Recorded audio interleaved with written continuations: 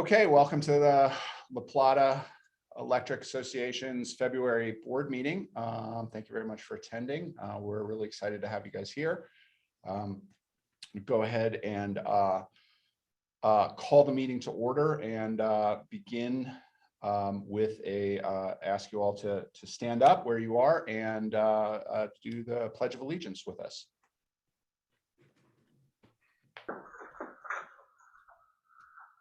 I pledge allegiance to the flag of the United States of America and to the and republic to the republic for which it stands, nation, one nation, God, under God, God, indivisible, indivisible, liberty and with justice. liberty and justice for all. Thank you. Before we move on to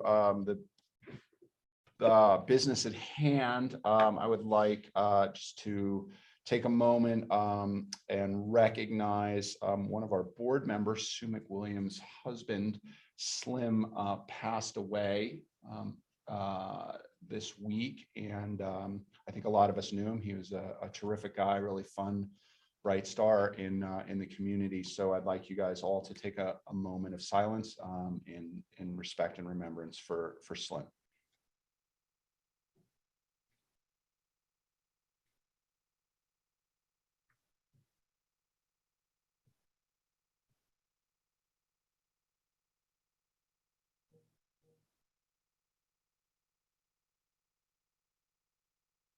Thank you. Okay, so we go ahead. We're going to need a motion to approve the agenda, but before we do that, I think we have a couple of quick amendments to the agenda. Ted? Yeah, John, I'd like to make a motion to modify the agenda. First off, in the consent board items, letter A, that we not only approve the minutes from the January 19th board meeting, but also the minutes from the February committee of the whole meeting. And secondly, that under board action, A, this would be number 4, that we add resolution 2022-05 related to real estate signing authority to our agenda for today. Great, thank you. Can I get a second? Rachel seconds. And Huntington, all in favor of the all in favor of the motion, raise your hand, say aye. Aye. Any abstained? Okay, the motion passes. The agenda is modified. Terrific. Thank you very much for that. Let's go ahead to item number 2. We'll open the floor for member comments and concerns. John, did you want me to read that preamble? Yes, thank you for reminding me. Please do. So this is our rules for the public comment period. The board encourages comments about the cooperative from its members. The board asks that each participant's comment pertain to cooperative business. Remember that the board may not discuss or act upon any issues that are not posted on our agenda. The board will hear the public comments, but will not respond except perhaps to ask questions. Matters brought forth that require a response will be referred to cooperative staff as appropriate. All information received is subject to verification. Public comment is scheduled for 20 minutes. Those wanting to address the board during public comment period are granted 5 minutes to address their topics. A staff member will monitor time. Lengthy comments to the board should be submitted in writing. Formal complaints requiring a board hearing will be filed in writing and submitted to the board of directors in compliance with applicable board policy. Comments from the public will be directed to the entire board, not to any individual, since the board acts as a body. No personal attacks shall be allowed during the meeting. Failure to follow these requirements may cause the public comment period to be terminated. The board has adopted policies to provide prompt and equitable resolution of complaints and concerns for its members. Copies of our cooperative policies and procedures on public comment and filing complaints are available on the cooperative website. Thank you. Outstanding, thank you. So go ahead and open the floor for comments. Okay, I'll let Karen over.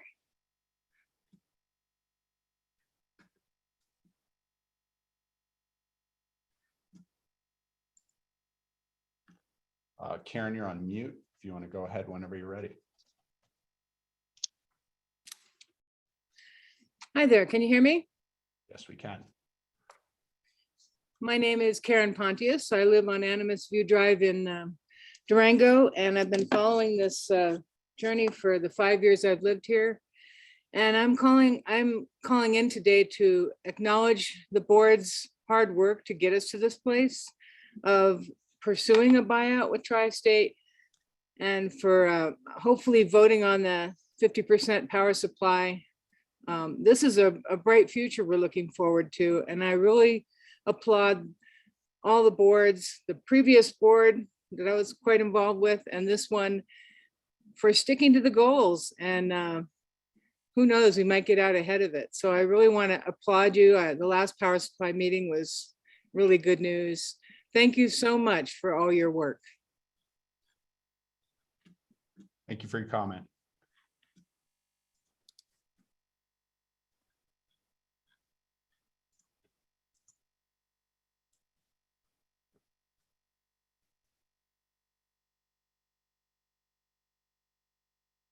Janelle, you are on mute. Anybody else? There we go.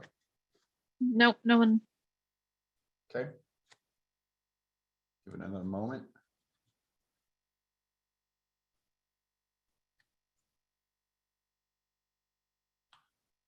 Okay, great. Well, with that, then let's go ahead and close member comments and move on to the consent board items. As usual, we have a list of typical consent items, but take a second here if anybody wants to pull any of the items out for individual discussion, please do so now. Kohler, go ahead. I'll just make a motion to approve the consent board items. Terrific. Rachel seconds. Terrific. Thank you, Rachel. Holly, did you have a comment? Yes, sir. Thank you. I had some discretionary expenses on my expense report that I don't see reflected on the overall group report. So I don't know if it's appropriate to reflect that or just note that, or to pull it or note that.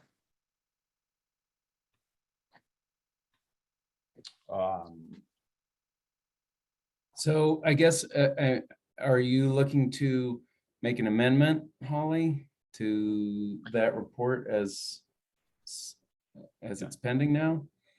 I'm just wanting to make sure that it's done appropriately. And so if I do need to pull it for individual discussion or just ask that the overall group report on page 18 of 126 is what I'm showing, that those discretionary expenses be reflected on that, please. Yeah, I'll take care of that. Thank you, sir. So I think we can just have a motion to approve consent board items as amended. I think that'd be fine at this point if Carl understands the amendment that we need to make. Yeah. Okay. Okay, so let's redo the, so I guess Kohler, can you modify your motion to include the as amended? Yeah, I will modify my motion that Carl will make some updates to the expense account for Holly on page 18 of 126. Terrific. Rachel Okay. accept.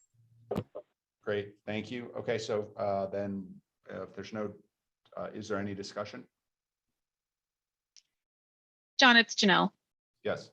I just wanted to let Holly know that her full report is in that on director point, that she will see everything that she submitted along with her receipts. Okay. Thank you. Okay, great. Then if there's no discussion, let's go ahead and all in favor of the consent board items as presented, say aye. Aye. All opposed? All abstained? Okay, motion passes. Thank you very much. Let's move on to CEO and staff reports. So Jessica, I think the floor is yours. Great, thank you. I'm going to share my screen. Okay, can everybody see that? All right. I am going to walk through this. Okay.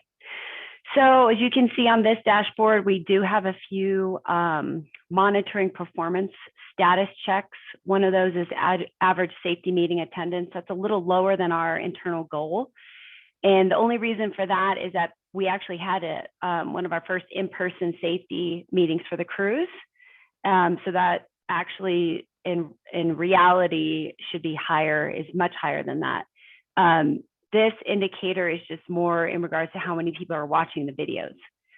And so some of the video content was actually covered within in-person meetings. So we're not worried about that, again, because we're doing more hybrid meetings. And so in the future, we'll have to change that metrics. The next item that we are under is our System Average Interruption Duration Index, SAIDI. That is an index where we can identify outages, minutes per year in particular. And at the end of the dashboard, just want to remind folks that the definitions are at the end there. That one is a little low, and that's because we had the storms in January. So it will take a little bit of time to go up in that average. Green checks for everything else except for cash reserves and equity, and I will defer those to Carl when he gives his financial presentation after the dashboard. Okay, I will keep going. These are some fun pictures. Just want to make sure the board sees these. This was snow down. Our truck was lit up thanks to Dan Harms and a group of volunteers at the utility, so that was fun. So I'll pause on this slide for a minute. 19 COVID cases. You can tell we got hit by Omicron. Fortunately, none of those were contracted at the cooperative. None of them were here. Just want to make that clear. These were all over the holidays, and these were all employees reporting to us about these cases. We have had no outbreaks at the cooperative. And what we had done, which I was very thankful to staff and our safety department, is we locked down the building again, meaning staff were sent home remote full-time after Christmas. And that really saved us from any type of outbreak. So while that's a big number, it was definitely employees getting that over the holiday season and not coming to work, and keeping the rest of our company safe. So kudos to staff for that. That was a big one. Any questions on that? I'll pause at these slides and keep going.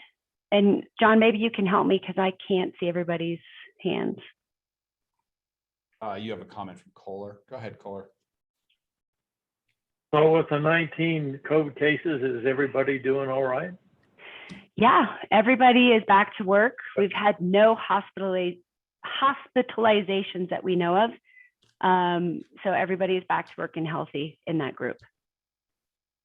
So are the offices open back up again, or are we still locked down? We are hybrid open, which means staff are coming in Tuesdays and Thursdays. We're limiting large meetings. So if the linemen are meeting, we're requesting that they're meeting out on the dock. So we are still in a being cautious position because San Juan Basin Health is still advising that. Thank you. Mm-hmm. Okay. I'll just point out that Jerry and Garrett, for the first time, I believe ever, first ever Lineworker of the Year award. So one thing we're trying to do is, promote and encourage our employees and highlight good work. And so those are two pictures in there. Brent Tanner is out of Pagosa, and Clinton Peak is out of the Durango office, and their peers, they voted on them. And so these were the two gentlemen that received the top vote. So we'll do that every year, and it's a great opportunity and a great effort. So really proud of the team there. Any questions? Okay. I'm going to, I think, keep going on these. Again, the Snow Down Light Parade, it was really fun. As you can see some pictures of some fun times there. partial contract negotiations. We'll get into more details later on that.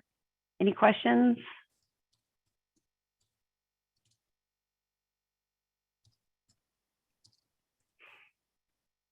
As I mentioned before, Carl is putting in KRTA points every dashboard.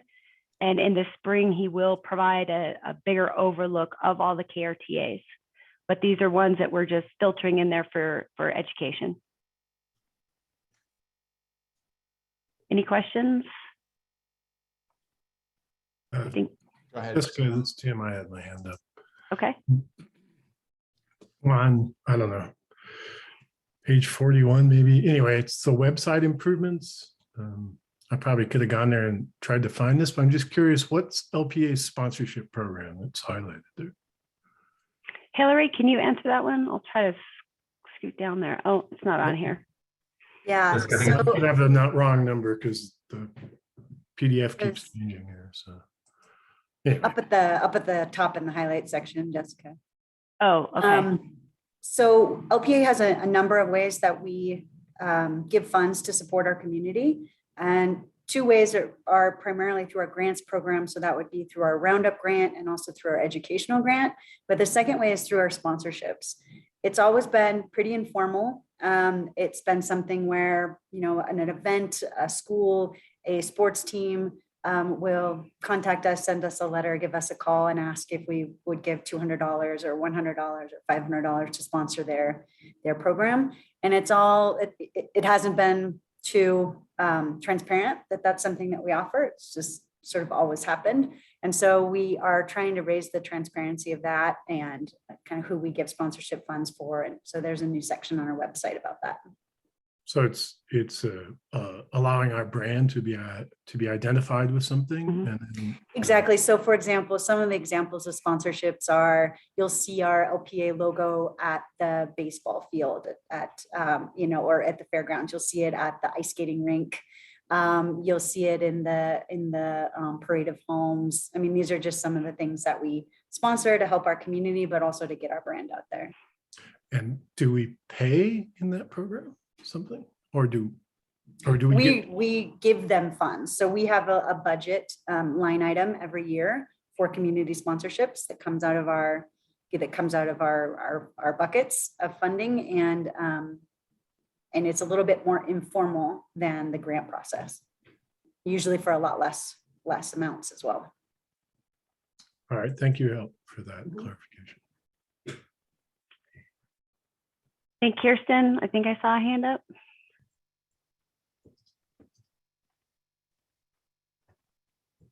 No? Yeah, Okay. you did. I put it down because it was on page 7 and we were going through so fast. I want to make sure I got it up. So are we on 7 now? Yes.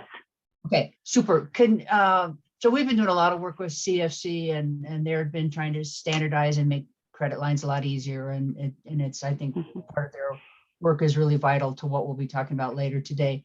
Can we just spend a minute talking about what this Compass model is so everybody can know?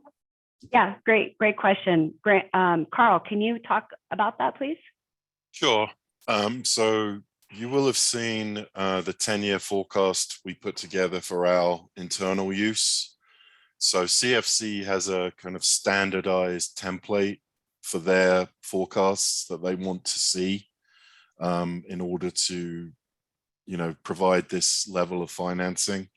They didn't need that for the Power Vision because it was under 50 million, but the other one they did. And it's just a fair bit of work.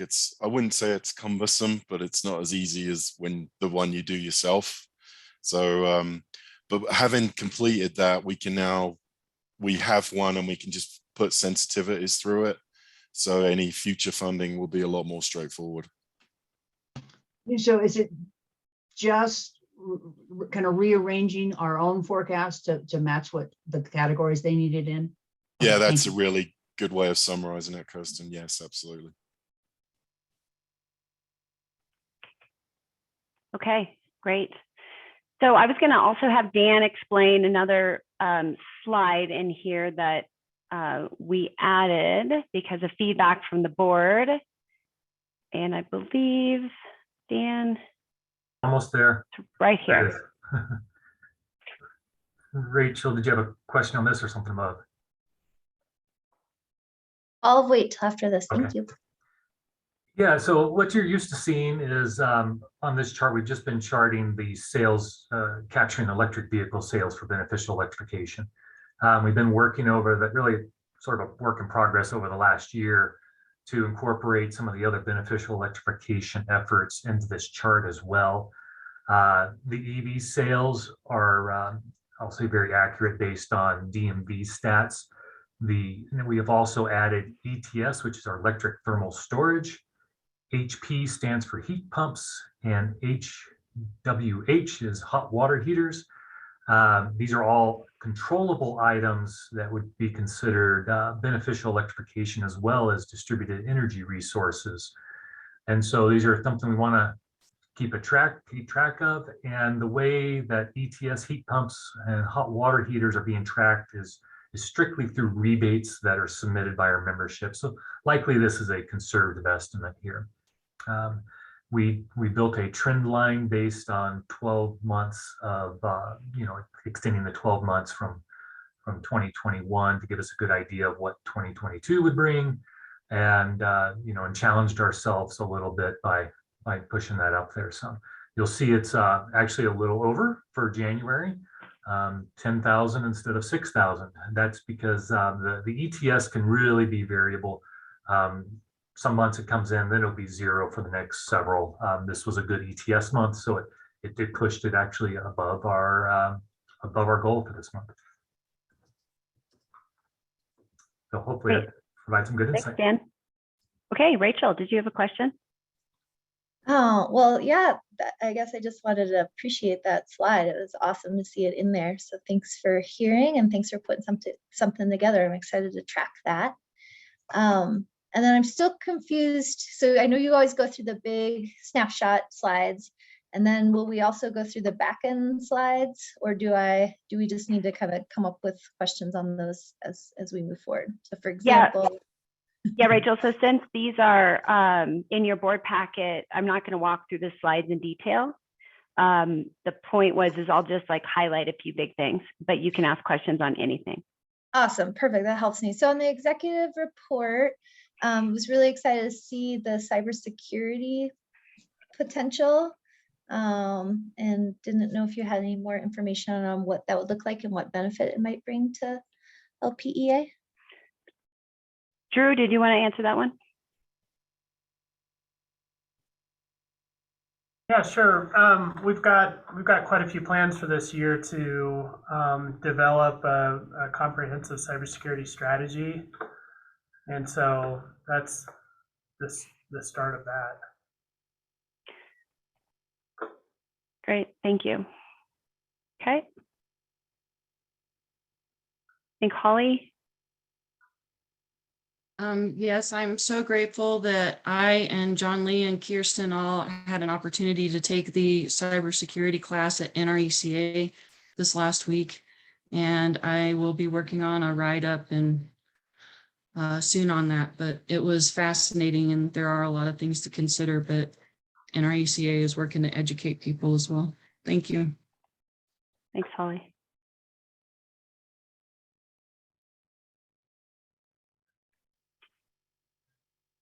Okay. So John, do you want us to move on to the finance report? I do want to make one comment on the cybersecurity, since that was brought up twice. We are actively working with the NRECA on cyber. This was part of my report as well. We are joining with Coyote, which is an Idaho National Lab group, which Department of Energy is being the only co-op involved in their pilot study with Duke Energy, PG&E, so some pretty large utilities. I would say that Drew and his team are leaders on cyber for the state of Washington or state of Colorado. And in fact, we are continuing to help DMEA on their cyber hack and what happened, and feeding intel and information across to our fellow co-ops. So just a huge kudos to Drew and his team for already being on the forefront of that, which is great. So Awesome. Thank you. You good, Holly? Holly? Yeah, I just want to thank you, because as I was reading through this dashboard, I made some notes of several opportunities that the staff has taken to develop relationships that really benefit not only us, but other cooperatives as well. Namely, facilitating a Women in Power at the NRECA group, hosting calls with Department of Energy on beneficial electrification, demand response, and community clean power. That meeting you just identified with the Idaho Labs and Department of Energy on cybersecurity, and presenting our Code of Excellence to Inland Power in Washington. And, you know, it just continues. I'm just in awe of all that relationship building, and I think it really benefits all of us. So thank you to everybody on staff. Thanks, Holly. Okay. Do you want us to move to the finance or any other questions? Okay. Carl, you are up. Thanks, Jessica. I will share my screen.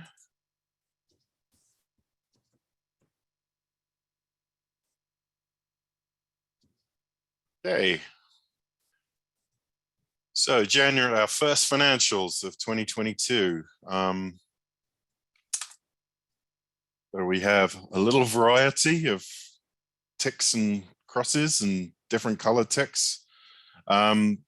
So our operating margin, with January being always a traditionally strong sales month, 11.33%. That's gonna fall, but as of right now, our year to date is looking very good indeed.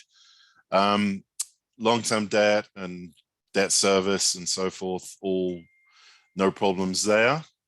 So equity, we'll go through this again. There's two ways you can have an equity percentage higher than 50, and that's through strong margins or through not retiring your capital credits. And obviously we retired over $5.5 million last year, which is more than we ever have done before. So that's not why we've got that higher equity. It's because of very strong margins in 2021. And Bob and the rest of the FAC, we're going to take another look at these goals at the April meeting. So we may revise that upwards, but we will have that discussion. So cash reserves, we're slightly under, well, we're around 12%, and we want to be 16. You'll see this generally on a quarterly basis. Just before the end of January, we make a large payment to CFC for our long-term debt service.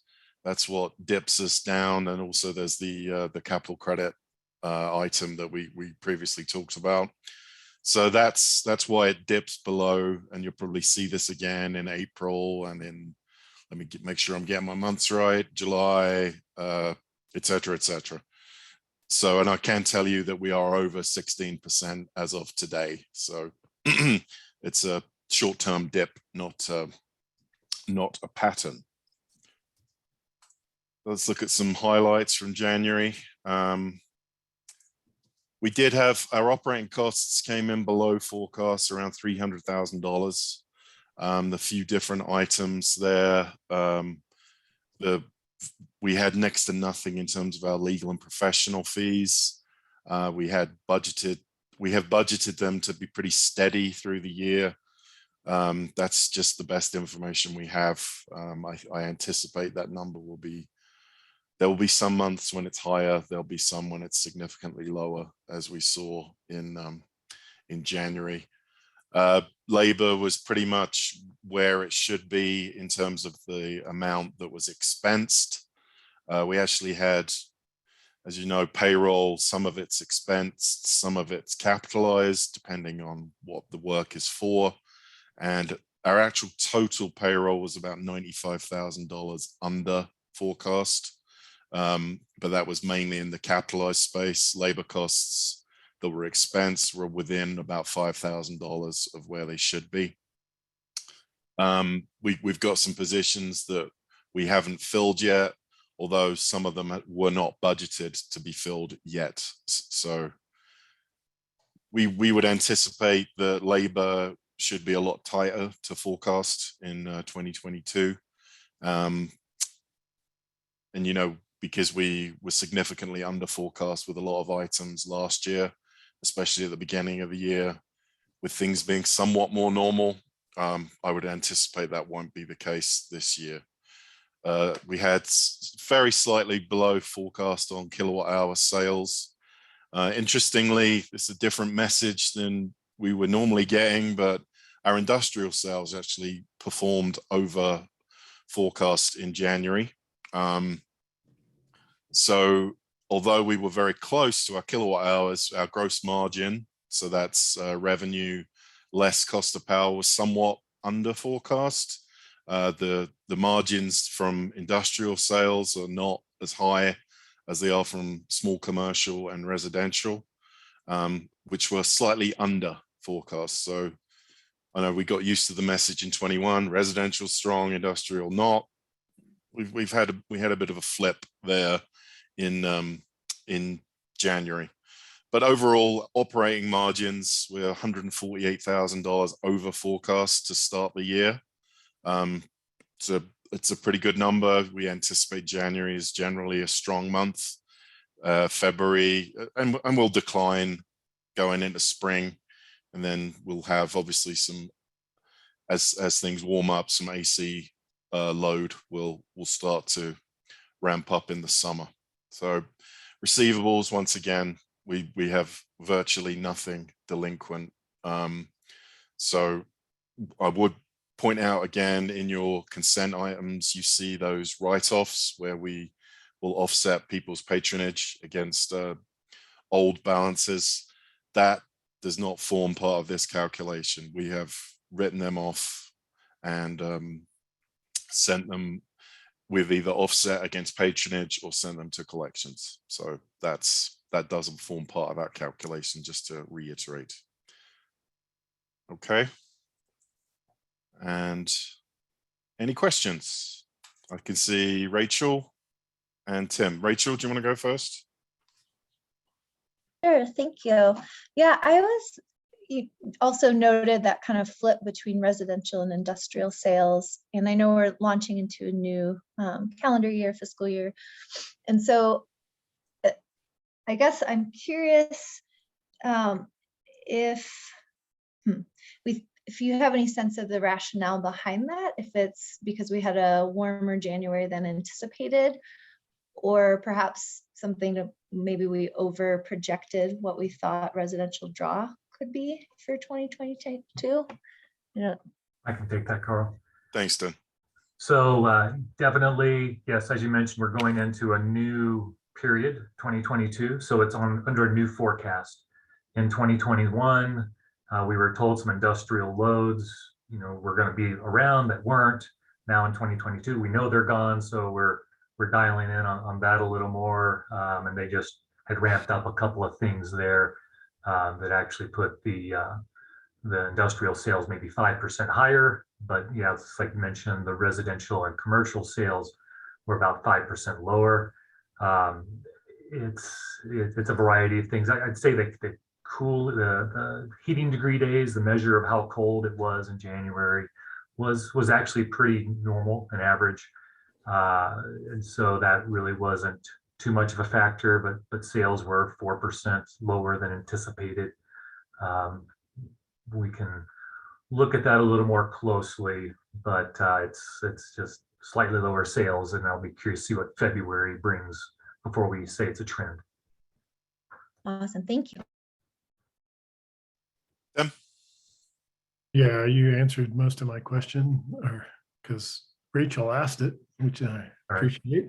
But I just wonder about that residential drop, and especially considering the heating degree days were similar. And I wonder how capable are we to be able to look at sort of like utilization of second homes and rentals and so forth. In the subdivision that I'm in, this January, there were just a lot less people here than there was the last 2 years. And I wonder if that has contributed somewhat to that load growth we saw in residential. And now that people don't have to hide out as much, maybe they're not using. That could be, Tim. We right now don't have a lot of segregation of load, so I can look at different demographics for different groups under things like that.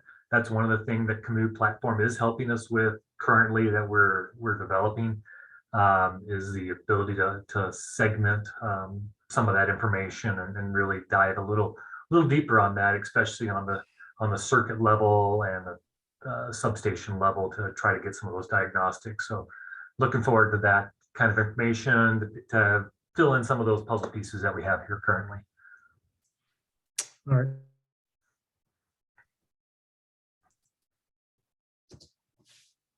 Thank you to Dan for answering all my questions. Okay. Thanks, everyone. Anybody else? Is this a time to ask any of the questions on the financial statements as well? Yeah. Yes. Okay, can I ask a couple questions? I didn't raise my hand. Oh, no. Dig in. Dig in. I have just a couple here. One, I saw in their income from poll attachments over budget. That seems like a new, in the preamble of the financial results at a glance, which I really like that piece that you put there now. I'm just curious, what's the impetus behind that? Is there? So Dan, correct me or Jerry, correct me if I'm saying anything crazy here. We are auditing our poll attachments, making sure that ensuring that anybody who is attaching to our polls is paying their fair share. I also, I don't know that what we're seeing in January is a result of that, although I think it will come later. I think it just may be how certain payments fell in January and we didn't forecast enough this month, and we may have forecasted too much in another month. Carl, I think it's that latter that you spoke to just then, where Monica may have had a linear, good question for Monica. It may have been a linear month by month kind of average, and this was a month where we did more billings than. I'm sure that's right. Thank you, Dan. But you would expect that to even out. There's not like a huge interest in putting poll attachments on that we didn't see or something. Unfortunately, not yet, but there is. I mean, we've had a lot of calls, but I don't think that's hitting to that degree yet. All righty, thank you. Can I ask just a couple ones? One, I noticed that on the balance sheet, the temporary investments, which I believe is the, rate stabilization fund, perhaps, or not? it's part of it. So we have saw that drawn down significantly. We have two entries that cover the rate stabilization fund. One is a credit and sits at the bottom of the liabilities section, which is your deferred credit. And then in order for that to pass muster with the auditors, you have to have cash supporting it. So what we've done generally is like ring fence that cash in a temporary investment like a commercial paper. But what happens on occasion is those roll over at the end of each month and you have to re-up. And sometimes that will happen over a month end and you'll see that dip and it's just sitting in regular cash. Then on, I believe it was February 1st or February 2nd, actually, we rolled it over and go back to 4 million. Okay. All right. So we didn't actually utilize it. It's just in a different account. That's all. Absolutely. Yeah. You almost anticipate my questions these days, Carl. That's great. And I also noticed that there wasn't a recording for income from equity investments in January. Is that just because the financials weren't done over? Right. Yeah. We know it's happening. So we thought making a guess at this point wasn't appropriate. But yeah, February, that'll be trued up. All right. Hey, that's all for me. Thank you very much. Thanks, Tim. Joe?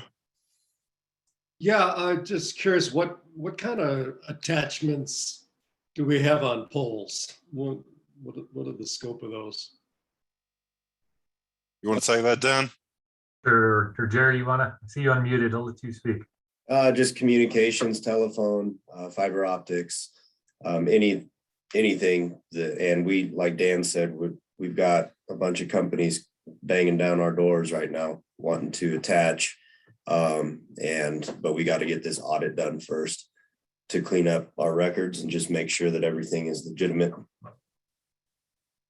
It's not like cats or squirrels running up it. We clear those up pretty quick.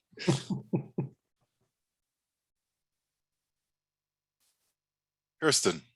Yeah, so Jerry's answer raises a question in my mind. So Jerry, when you say we got to get through this audit, we're doing an audit of what's on the polls now? That's correct. We want to ensure that everybody that's attached, that our records indicate who owns it and that everything is in NESC compliance. And that if the future attachments, that if they come in, it's going to make things a lot easier on us knowing if we need to make changes to upgrade our polls to make sure we are in compliance. And are we finding that we're pretty accurate, or are we finding we're having to go back and get a lot of documentation? We hope that this gives us the documentation that we need. This is going to be a comparison of our records, current records. We do know that there were quite a few companies that went in and illegally attached and never contacted us for the permission to do so. They didn't fill out any of the proper paperwork or anything. So this is going to help do that too. Wow. So what's our recourse on folks who have illegally attached? That's a lot of language in the contract that we'll be sending them. And it's going to be, we'll just have to see how accurate our records are, and also see if some of the companies exist, because there are quite a few that attached and have disappeared. I appreciate the explanation. Thanks, Jerry.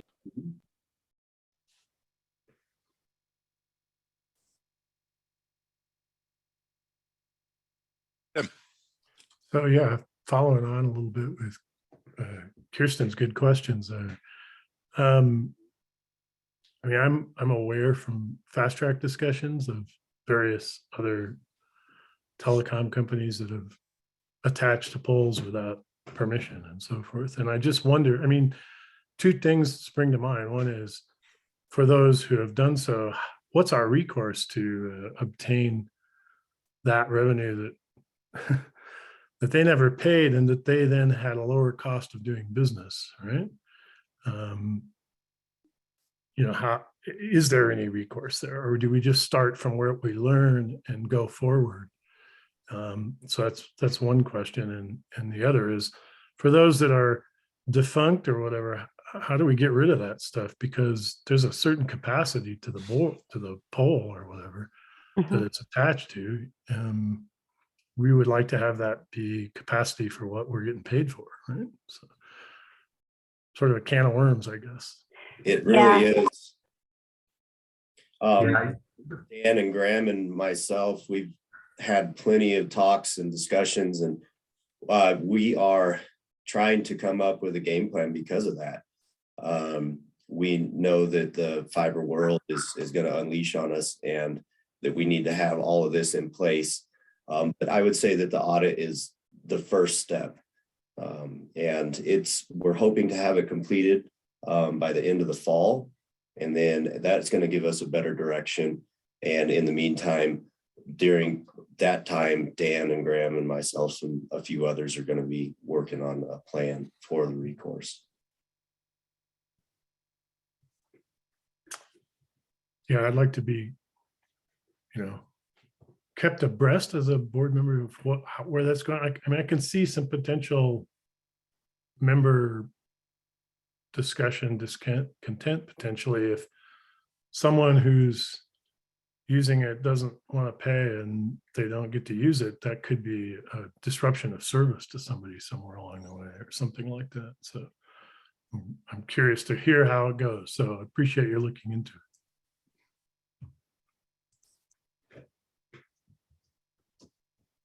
Thank you. Anybody else for Carl?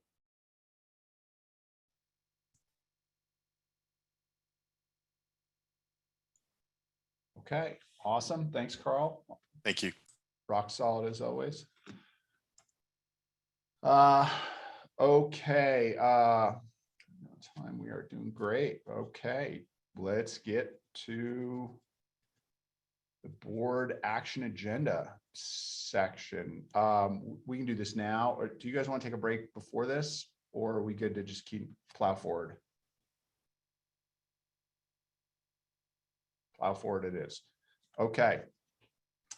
So it is time to talk about a couple of open proposed resolutions.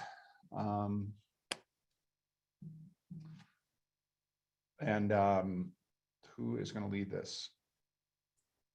John, I can share my screen if you'd Great. like and bring those resolutions up. Is that large enough for everyone to see? All right. So the first resolution is the resolution the board discussed in the committee of the whole meeting earlier this month. This reflects the input that the board gave us on the language that the board wanted to have in the resolution. Both resolutions, the resolution around the exclusivity agreement and the resolution about finalizing but not executing additional contracts from that, and that the board has review and authorization of all final contracts. So this is the resolution as the board had previously discussed at the committee of the whole. Okay. So why don't we get a motion to open this so we can have a discussion. Rachel moves that we accept resolution 2022-02. John Lee seconds. Terrific. Thank you, John. Okay, let's open the floor for discussion. Tim, did you want to, did you have something you wanted to comment on? I was going to make the motion. Outstanding. Okay. Yeah, so the floor is Rachel's quicker than I am. on the draw. Pretty coffee up here. Okay, so any discussion, this would be the time. So Kohler, go ahead. Thank you. I just want to appreciate the work that went in for what's behind this, and also give you confidence that it kind of looks the same on the other side, on the tri-state side. There was a vote that kind of reaffirmed their direction that they're going. That passed with one person that did abstain, and the rest of it was a majority vote. So I am very much in favor of this, and I appreciate it coming forward. Thank you. Terrific. Thanks, Kohler. Kirsten, go ahead. Yeah, for anybody who maybe just be joining the meeting to see about this and to try to understand this, we're not going into those details here. I would refer you to the LPEA website and all the work that's been done during the town halls and such. So look there, because it's some very exciting work. This legal stuff is incredibly boring, but the project itself is really fabulous. Thank you. Thanks, Kirsten. Bob, go ahead. I think I have a little longer comment I want to make, and I'll wait till after the vote if that's okay. Sure, sure. Rachel, go ahead. Yeah, I think I just also want to acknowledge and applaud all the work that's gone into this, getting us to this point. And I think I also have some things for after the vote, but a huge amount of appreciation for the vision that people brought to this. And I think all of the hard work and the due diligence and the open minds that really, I think, considered everything objectively and always with our members' best interests at heart. So really excited we're here. Excellent. Thank you for the comment. Kirsten, do you have additional comments, or are you good? Okay.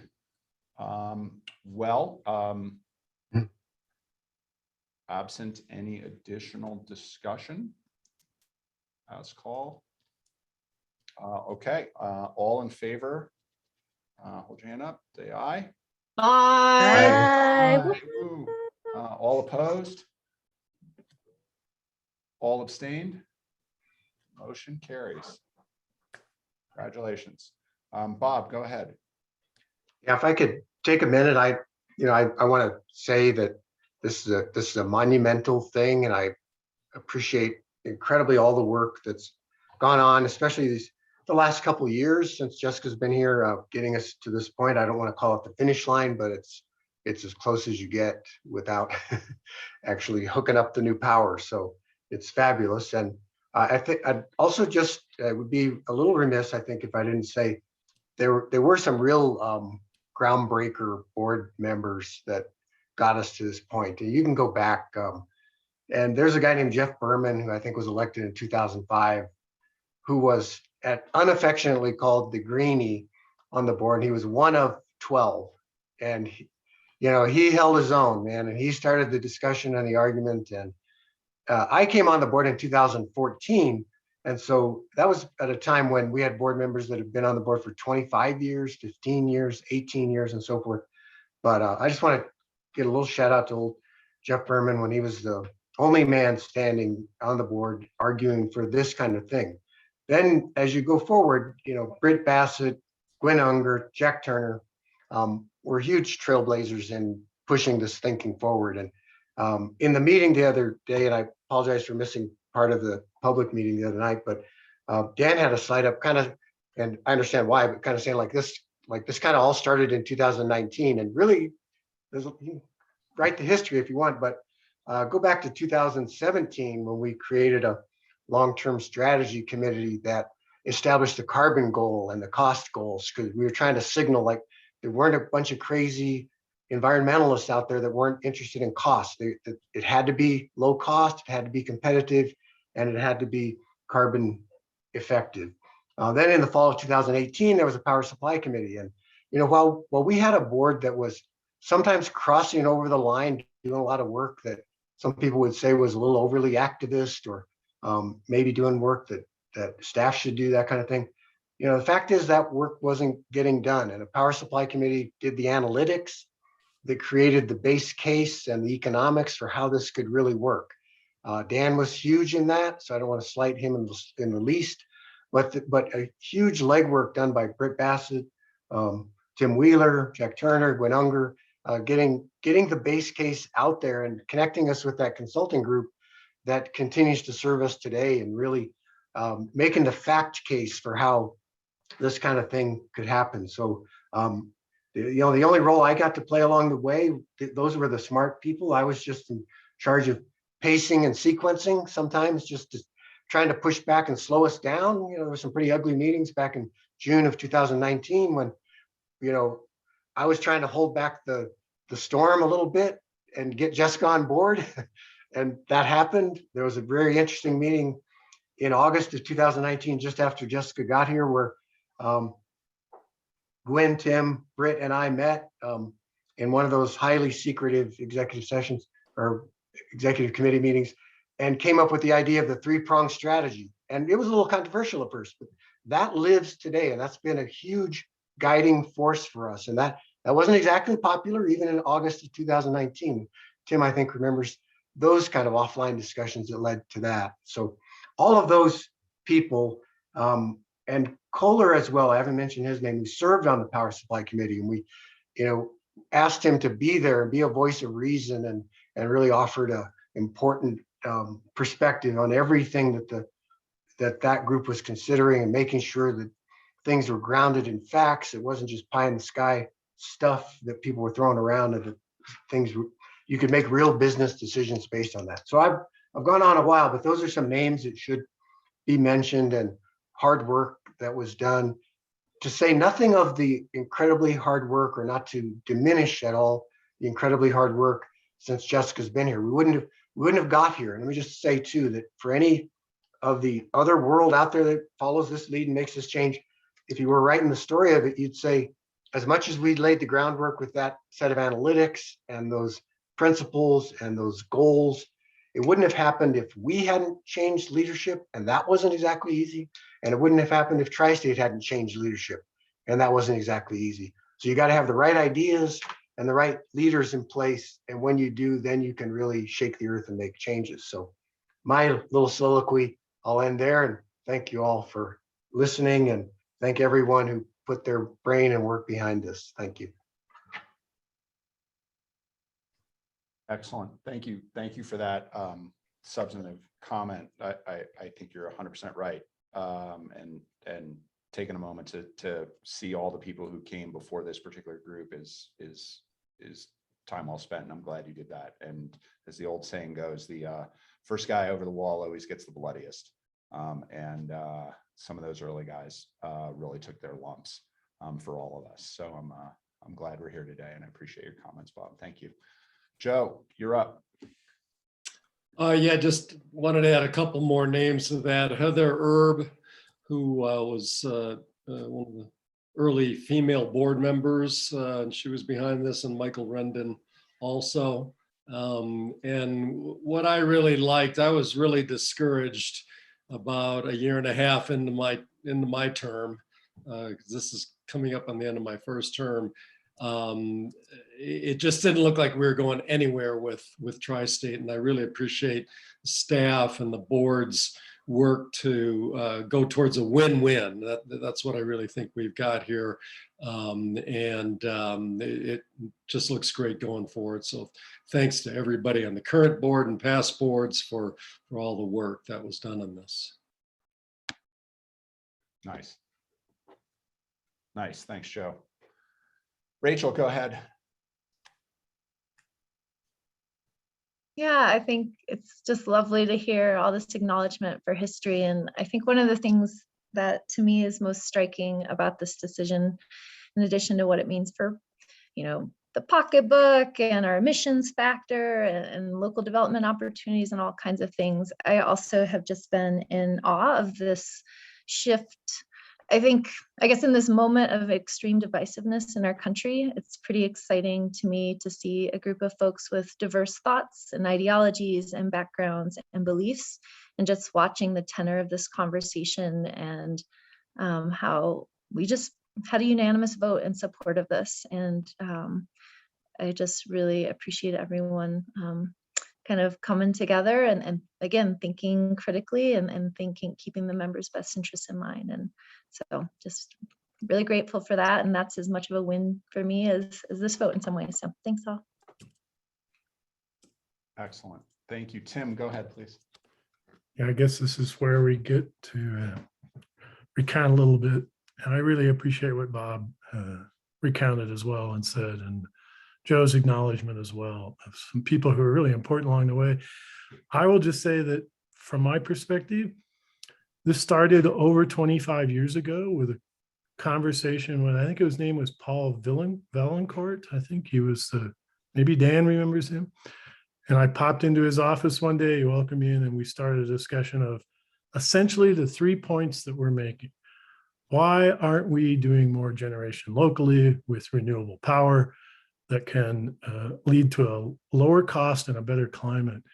And so from my perspective, this is a 25-year effort. And I want to acknowledge the people here today as well, all of them, especially Dan, who has worked tirelessly towards a moment like this. And we still have a heck of a lot of work to do, but this is a watershed moment from my perspective. And I'm mindful, very mindful, of all the people who told me along the way for 25 years that this couldn't be done. And I want to thank them for being wrong. So thank you. It's outstanding. Excellent. Great commentary, Tim. Thank you. Okay, anybody else on this subject? Okay, then let's push on. As you all know, this is we have a couple more resolutions to finish this exercise out. So let's get on to the next resolution. Graham, you want to lead us through this? Yes. So here's the next resolution, 2022-03, Certificate of Resolutions and Incumbency for Cooperative Finance Corporation. As you'll note, the format is a little bit different from our traditional resolution format, but this is what CFC wants from us for the buy down payment loan. As we all know, the buy down payment, while mutually agreed upon, is still subject to final FERC approval. So the amount of the loan is currently identified as the amount of the buy down payment without a specific number in this printed resolution. But other than that, this is CFC's very standard loan corporate resolution document. Okay, go ahead, Tim. I beat Rachel. I'll make the motion to approve this, and I also have a question after when the time's appropriate. Thanks. Great. Can we get a second for that? Second. There you go, Bob. Thank you. So let's open the floor for discussion. Tim, go ahead. I just noticed in there that it said under the last resolved, I guess, B, it says secured promissory notes. I'm just curious what security we are providing on this. So under all of our loans with CFC, they're secured against our real property. And then we also have UCC financing statements on personal property. All right, so we are mortgaging property for this. We are mortgaging property, yes. Great, thank you. Cool. Thank you. Other questions or comments?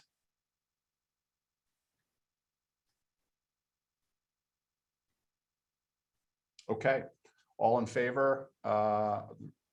Motion, raise your hand and say aye. Aye. All opposed? All abstained? Okay, the motion carries. Let's push to the next, the third and final of the three. They all, obviously, as you all know, work together. So Graham, take it away. And actually, this one is a little bit different.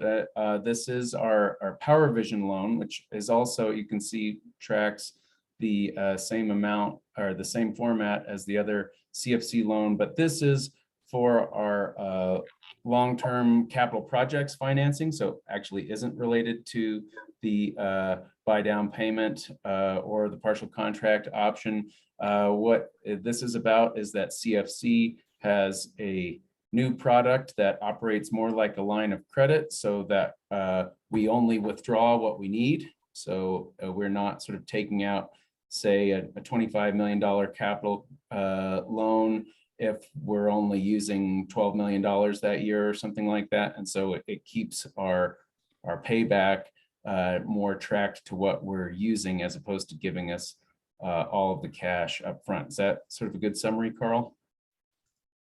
Yeah, that's spot on, Graham.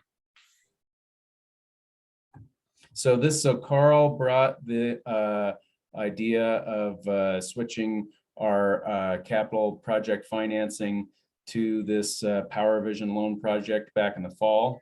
And so we gave a more detailed presentation about that back then, but we now have all of the loan documents in place with CFC to be able to execute that loan and have this $50 million line of capital credit available for future capital project financing.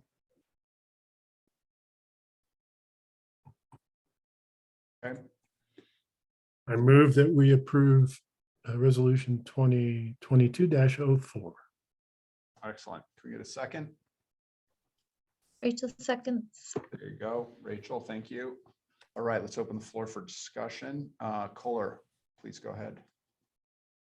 Yeah, thank you. Is there I guess for lack of terms, an expiration for this? In other words, at some point in time, it's no longer available, or let's say we borrow 10 million this year and next year we borrow another 10 million. Does each one of those 10 million go on a different payback period, or are they tied to the same, what would I say, maybe a balloon payment or a finished payment at the end? Yeah, it doesn't expire, Kohler, until we've used it all. But each time you draw, that will start a different calculation in terms of paying back that loan. And is that the terms on that, each little piece will vary according to what's going on at the time in the market? Would that be correct? They will. So we would probably be looking to do more at the beginning, thinking that the market will go up. But each term would be 30 years in as it relates to the amortization period of whatever it is you're constructing. So then one other question, I think you've said this before, I think it's important for me to understand also the members, is that if we have a $20 million project that is the finished amount for that project, but it takes maybe 2 years, we don't have to pull the whole 20 out right away. We can pull out as we Absolutely. move along. Is that correct? Up into the 20? Yeah, So absolutely. we don't pay interest. So we have And to is there a make charge, an interest charge on this? For the whole so as you borrow, 50 million? there is an interest only as you draw. You don't pay anything on money you haven't drawn. Sorry, Cole, I didn't mean to interrupt you. No, because that was the answer I was looking for. So thank you. That works. Excellent. Okay, any other questions or comments on this open motion?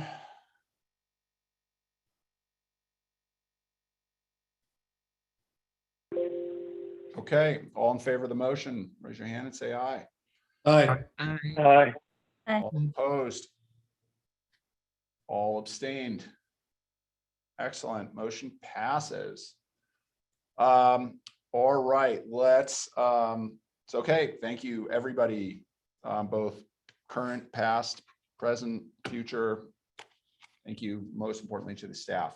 We are, gratitude has been expressed. So let's move on to a break.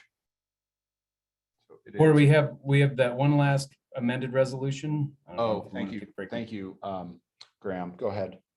So yeah, we amended our agenda to add that late resolution from the title company relative to our property purchase that we are under contract for. So this is something I just got at the end of last week. So you can see that, again, this sort of doesn't exactly track our typical resolution format because it comes directly from our the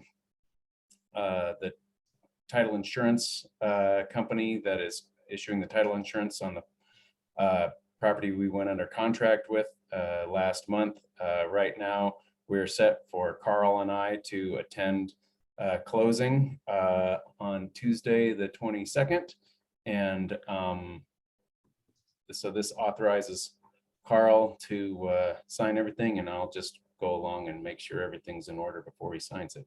So that's this resolution. There's really not much we can change to it. It's a stock resolution from the title insurance company.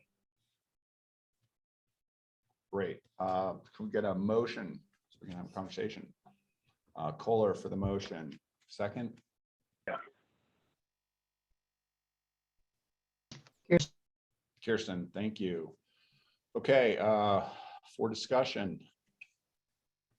Questions, comments? Ted, go ahead.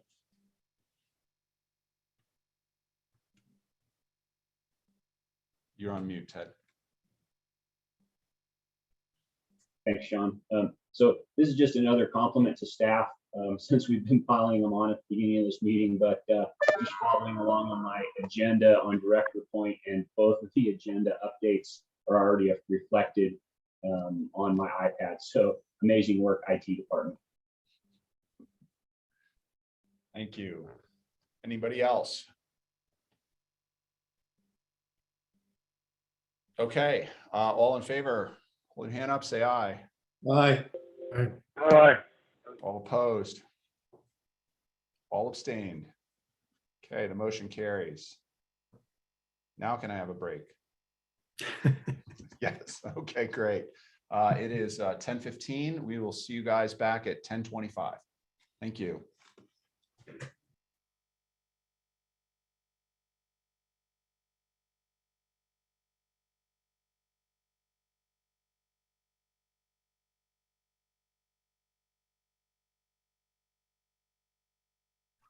Okay, onward.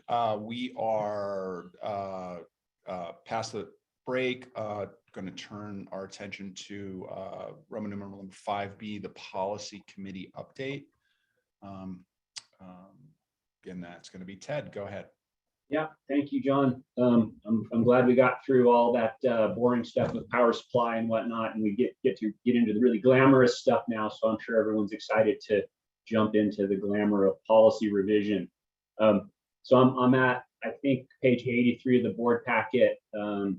You'll see the minutes from the January Committee on Policy meeting, just for your reference. And then we had another meeting in February. The content of that meeting, of course, the minutes aren't reviewed and approved yet, but the content of that meeting was primarily to review all submitted comments by the full board on the policy 105, which is voting and elections policy, and try and review all those comments and incorporate the ones that we could into the final revision. And so that was, I believe, a good process. I'll talk a little bit more about it. The Committee on Policies has sort of settled on utilization of the Office 365 and the live shared Word document for our commenting and editing. There were some suggestions and comments about possibly utilizing the Google Docs as that has been done with other topics on this board before. It is just really much more effective to utilize the editing in the Word document.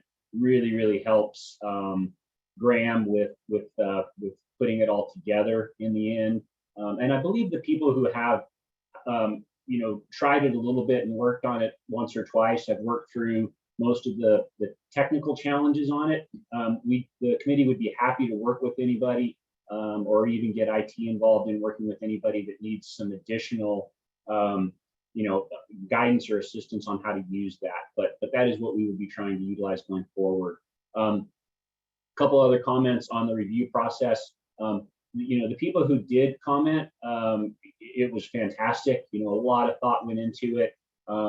Really, every comment was valid. I'm not sure we were able to incorporate every comment. So sometimes there's some back and forth between the board at large comments and the Committee on Policies review. But certainly we review them all and do our best to incorporate what makes the most sense and then put it forward to the full board for a vote and approval. Let's see. Brief note, the second part of the February meeting was the Committee on Policy's first pass at the whole 300 series of policies. So that won't be really discussed today, but it has been emailed out to the full board. Please review that. It's not as arduous as it may sound to go through the whole 300 series, because you'll see in the instructions in the memo that were sent out that we're not really trying to nitpick every little bit of that 300 series policy. It's really more of a structural change at this point. And we'll get back to the real details of those policies at a later date. So that's the 300 series. One more comment before we move forward, and Kirsten, I see your hand. I'll get to you on this 105. Is that this is a living process. So we're trying to get the best policies to work from for this board that we can in the timeframes that are necessary. These things aren't set in stone. It's actually required that we continually review them. So if something doesn't appear to be perfect, please consider whether or not you agree with it for the time being, and if it's good enough to move forward when you're deciding how to vote on these things. Let's see. Yeah, the next thing that we'll be doing is looking at approval of policy 105. But go ahead, Kirsten. What's your question? Yeah, it's concerning the 300 series. I'd read your note and you'd said, we're only going to be doing structural stuff. Please don't give anything substantive. And if I have something substantive, I would like to be able to bring it up, because if the policy is not right and we're reviewing it, just changing the structure doesn't do diddly. Absolutely, Kirsten. So, and in the memo, I believe it's clear that it says if you do have substantive comments, please bring them up. I guess we'll make a decision on whether or not we bring those forward. I think if they are, if they appear to be sort of time critical, if they appear to be things that could cause us problems in the near future because we have the policy wrong, I think that's an important reason to bring those up. And we'll have that conversation if you do bring them up, Kirsten. Like, what's your concern here? And do you believe it to be time sensitive? And if it is, we'll absolutely try and get it in.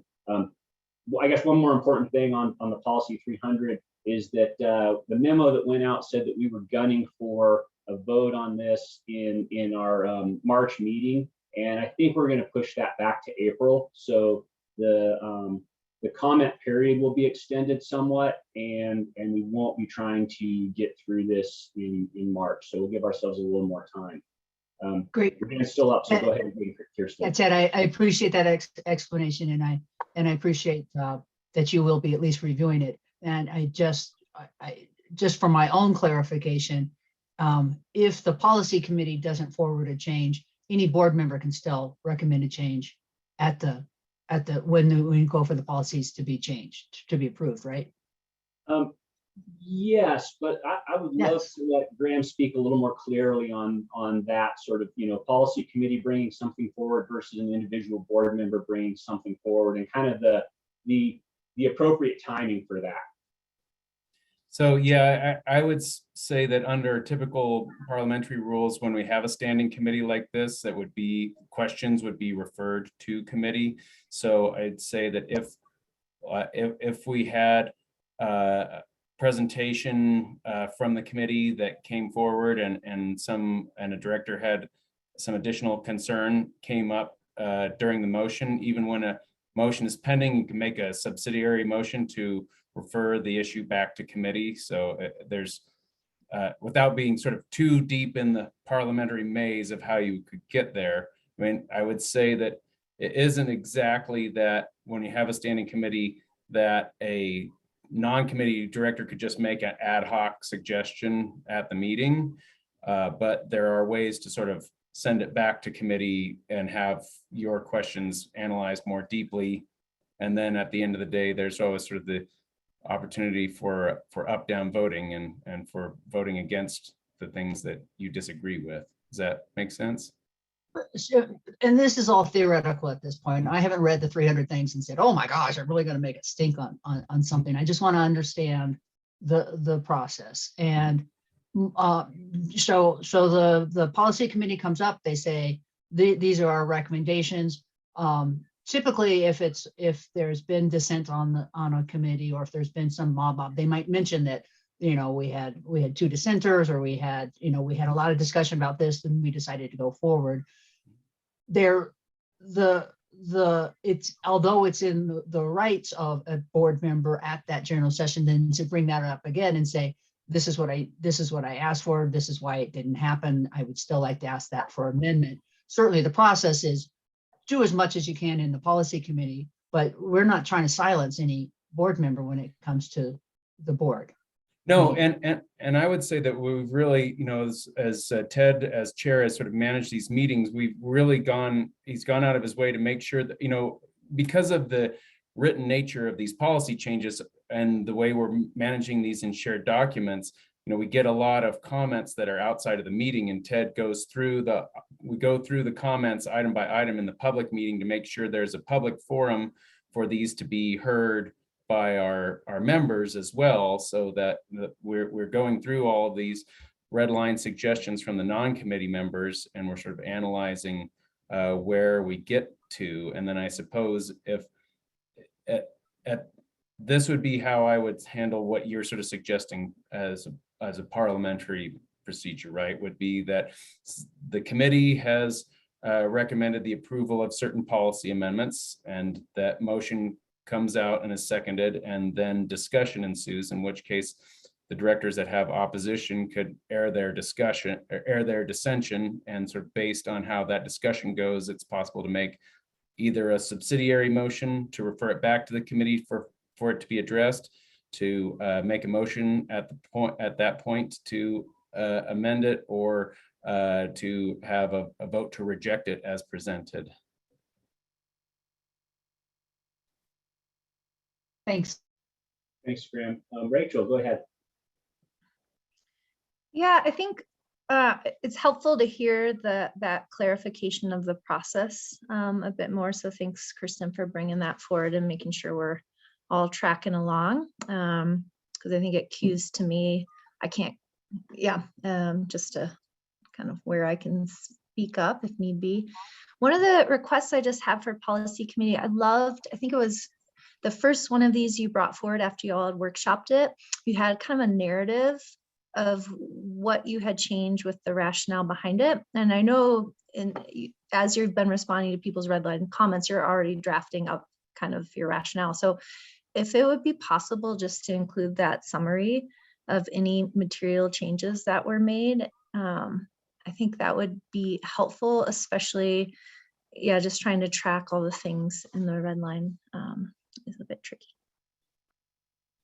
Okay, let me make sure I understand the request there, Rachel. So the living document does have all the red lines and all the commentary. So when we review a suggestion or an edit in there, we really do try and not just accept or reject, kind of as might be typical with a shared Word document, but add in the committee's, and usually this comes in the form of a comment from Graham, but add in the committee's logic, reasoning, thought process for doing that.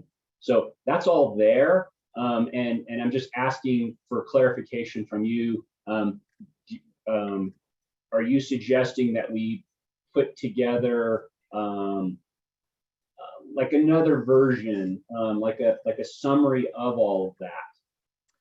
I would ask either a summary or that red line version that's interactive where we can see the commentary is included in the packet. I oftentimes find if I have to go a bunch of different places to find information, I can miss some things. So either maybe let's start with seeing if we can get that red line version in our packet. And that way you don't have to do extra work. Yeah, I appreciate that, Rachel. We'll absolutely do that. I think that's relatively easy. We can just provide a link to that document in the board packet. We actually tried to do that this time and it was a technological failure on my part. I couldn't make a good PDF of all of the comments because it kind of jumps around. It's a bit of a living document, but I think let's try attaching the living document to the board report on the next round. And if that's still not enough clarity in terms of the process that we followed, please bring it up again and we'll, like Graham said, I mean, we're trying really hard to, sort of make this an efficient process, but, the point is certainly not to prevent any participation or silence anybody. And so if there are places where we're having little misses like that, or especially if there are big misses, it's great that people bring them up, and we are certainly committed to, we're as committed to the process as we are to the policy revision itself. So thanks for that, Rachel. John Lee, I see you have your hand up. Yeah, I thought the red line that was done on 105 was superb. It was easy to follow. The different comments that were put in there, the clarifications by Graham, even when Tim said, I didn't mean to change this, but I did, it was very easy to follow. And I thought it made really good sense. That process, as I read all the way, through the changes and took a look at those, I thought it was superb. So I don't know what else would be looked for. It seemed very inclusive to reflect, just like you said, Ted, this was the question, this was our resolution. So it wasn't directive in nature. I thought it was very inclusive. Thanks for the comment, John. And just a little extra commentary on that. Just to be clear, the the entire conversation, between a commenter and an individual or group on committee on policies is not always reflected there, but the summary and the final decision is. So, I mean, you mentioned some of Tim's comments. There has been other interaction between the committee and between individual commenters that can be more extensive, that can't all be put on that document, but the end result and the comment about why it should always be put on that document. So thanks again, John. Any other hands before we move into a motion? So I'll go ahead and move that that we accept the final proposed revisions to policy 105 as presented in the board packet, and labeled last revised February 16th, 2022. I'll second. Okay, thanks, Joe. Moved and seconded. I'll let John take over for discussion. Man, you had the whole thing. All right, for discussion, Kohler, go ahead. So I have two things, a very minor one. On page 3 of 11, which is also page 87 of 126 of the board packet, under B, the nomination requirements in that first line between by and the, it looks like there's a couple extra spaces. Just a very minor thing there. But the main thing I wanted to talk about is on page 8 of 11, or page 92 of 126 of the board packet, under 5 registration. That second line, it says pursuant to the CRS, yada, yada, yada, any member who registers electronically or casts a vote through mail ballot is considered present in person for the purpose of determining a quorum for action by the membership. And then the very last part of that same paragraph, it says 50 members present in person constitutes a quorum. And I need clarity on that first part, because if you send in a ballot, then you're considered present in person as far as a quorum. So I'm thinking back to last year, we had over 8,000 ballots that were returned. So by the way, I understand the way this is saying is that means there's 8,000, we have a quorum. But in reality, 5 people might show up to the meeting. 5 people could take action. So could you give me some clarity on this one? I'm just not quite following it, and how that first line doesn't conflict with, again, the 50 members present in person. I'm wondering if we're kind of mixing virtual with in-person ones. I don't know. I need a little clarity, please. So Kohler, that is the law, that a return ballot is counted as in-person for quorum purposes, right? So if we received 50 ballots, that's all that we received, then that would still be considered a quorum. And so, this was along sort of the lines, I believe, of Tim Wheeler's questions, if you were following along in the comments as well, is sort of like what occurs in the in-person meeting and what occurs in the balloted meeting. And if you don't mind, I'm going to share my screen, and hopefully this will answer your question to a certain degree. And that is that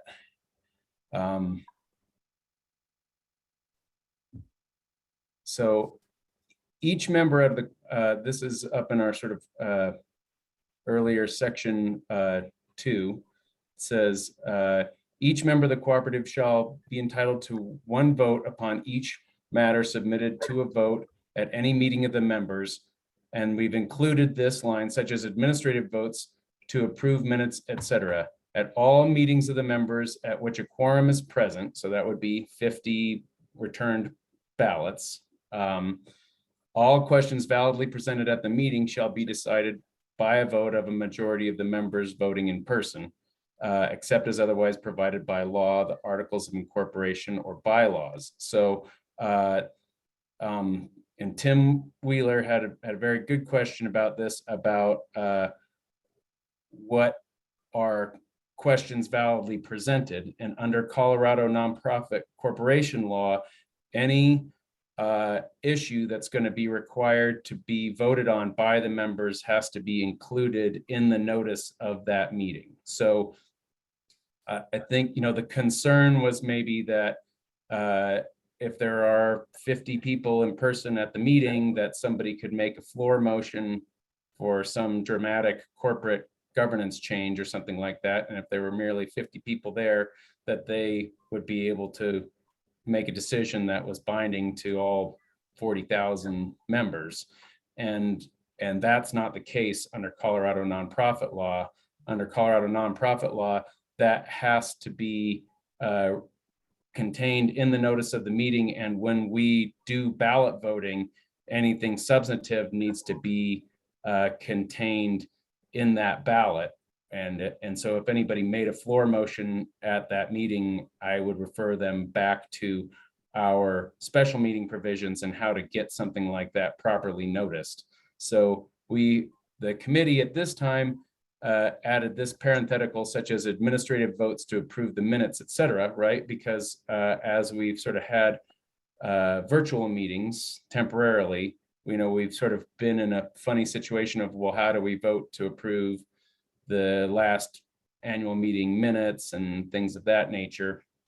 And so that will be submitted as a voice vote at the meeting where we have 50 people. But that, that is included in the agenda that's posted. We don't really have a ballot line item for meeting minute approval and stuff like that. So instead, we will sort of handle all of those administratively noticed votes in person when we have 50 members present. Otherwise, anything substantive will be handled by ballot. Does that sort of address your question? It does, but it again doesn't fulfill the question. It's just like what you just mentioned. You talked about if we have 50 people there. Mm-hmm. Well, we don't have to have 50 people there if a quorum is by how many people voted. So if we have 1,000 people that voted, 10 people show up in person, then from what you're saying, we still have a quorum. Is that correct? We do under Colorado law, and that's really not up to the board to amend. That is when the cooperative governance statutes were overhauled last year, I believe. That is when that changed. But this, any member that, just so you're aware, Kohler, I pulled this language directly out of the statute. So that is sort of not really up to us to debate or amend. It would apply even if we didn't put it in the policy. In a way, it's sort of a notice to our membership of a law that would apply regardless. Well, thank you for that. And I will apologize that I brought this up at the last minute because it didn't pop out to me until I was reviewing it last night. And well, again, I think what you talked about previously as far as putting the red line in the packet, I think that'll really be helpful in the future. So thank you for considering that. And thanks for your answers.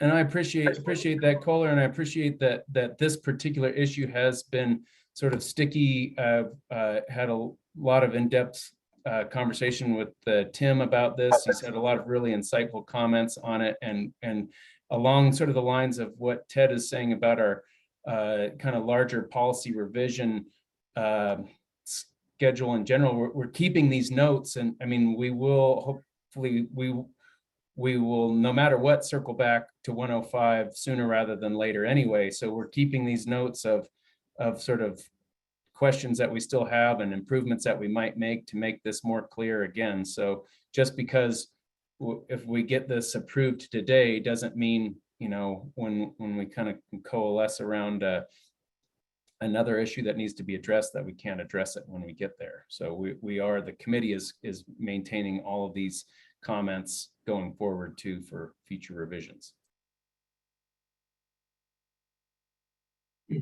Thanks, Graham. Thanks a lot, Kohler. I mean, certainly no apologies necessary for bringing up concerns. You know, that's why we're all here. And you know, yeah, we like to set deadlines to, you know, try and make the process move forward. But again, you know, that should never come at the expense of a mistake, of us, you know, of us making a decision that you read it and you come up with a concern that says, wow, this could really cause a problem, and maybe the committee was too buried in the words and didn't step back and look at, you know, I think what you're specifically looking at, Kohler, is the what if scenario. You know, is there something that could happen here that could lead, you know, to a procedural mess up, you know, to where something could actually be made to happen at an annual meeting that wasn't expected. You know, I do feel, as Graham stated, that you know, with the combination of what constitutes quorum and also what constitutes a legal thing to bring up, a legal thing that we can vote on, I do think we're protected against that oops, that what if, you know, about, you know, maybe 10 members could make a decision for 40,000. I think we're protected at this point. So go ahead. I see Dan's hand. Go ahead, please. Yeah, I think this resolution is dealing with the elections and how the vote is done there, and it doesn't have anything to do with any other items on the agenda, in my opinion. So that's pretty much a clear statement, and 50 members is our quorum for other proceedings in person. So that they cast a election ballot. Question for Graham: would they be considered for an in-person meeting on other items on the agenda? Yes, they are considered. So under the law, anybody who casts a vote through mail ballot is considered present in person for determining the quorum for action by the membership at the meeting, right? So that is what the law states. Then, as you noted, our bylaws set the number of quorum, right? And we have set the number as 50. So in the way that Colorado law interacts with our bylaws, so long as we get 50 ballots returned, we have a quorum at that meeting. So, you know, whatever action occurs at that meeting is a valid action. The idea being that in order to have, under Colorado nonprofit law, in order to have a statutorily valid vote at that meeting, it needs to have been properly noticed and presented, which if we are presenting mail ballot options to our members, it would have to be on that mail ballot, right? So other than administrative votes like approve the agenda, anything, we can't really take floor votes. We would have to refer membership back to our special meeting bylaws and policies. And if there was, we can't really handle anything substantive as a floor vote. Does that answer your question, Dan?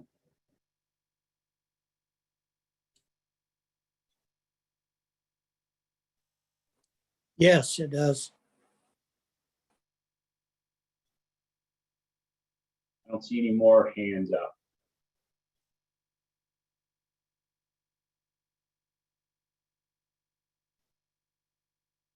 I'll leave it to you, John, for the vote. Okay.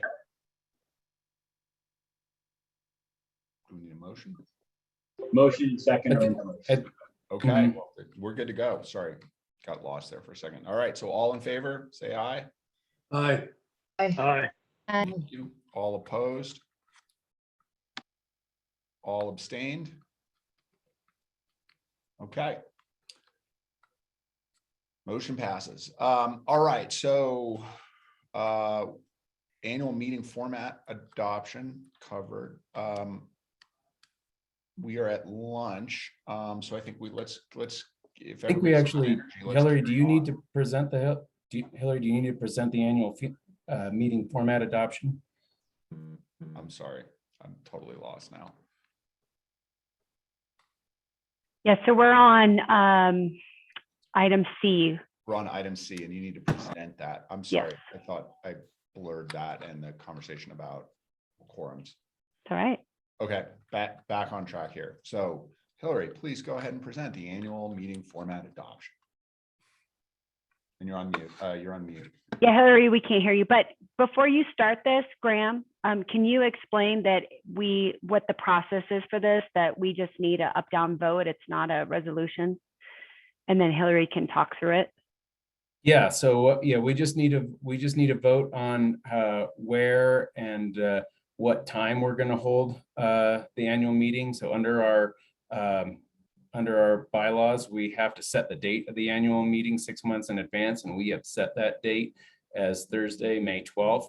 And so Hillary is going to walk us through the time and the location of the proposed format for that meeting.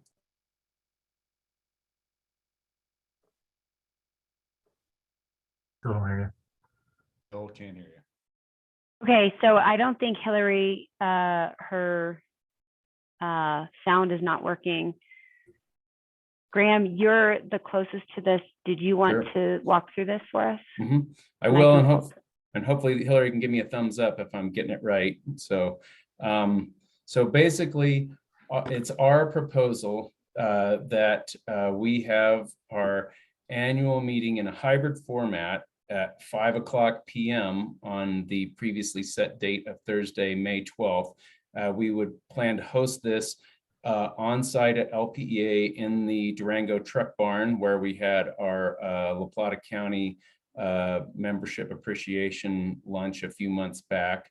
That will give us the option to sort of have it in a still socially distanced open space, depending on what COVID restrictions are. We can open up the doors and have it effectively in open and meet at least our current social distancing requirements, but that will also give our members the option to attend in person. But we want to also do this sort of hybrid. So we would have a Zoom option where members could at least watch along and observe in real time via Zoom if they either can't or don't feel comfortable attending an in-person meeting. And then also that Zoom feed would be recorded for future viewing attendance and reference. This will, among other things, will help us keep our costs low by using our own facilities. And as I already mentioned, we feel like we can accommodate at least current COVID social distancing requirements with this setup. Is that at least somewhat good? Can you hear me now? Yep. Everyone? Okay, sorry. Graham was just doing such a good job. I didn't want to interrupt him. But I think that's the gist of it. So we're proposing a hybrid format. We know, there's difference of opinion on the board about in-person versus virtual. We feel like this ticks all the boxes. Gives people an opportunity to come in person if they would like, be safe within the truck barn, but also they can watch from home if more flexible. So thank you, Graham.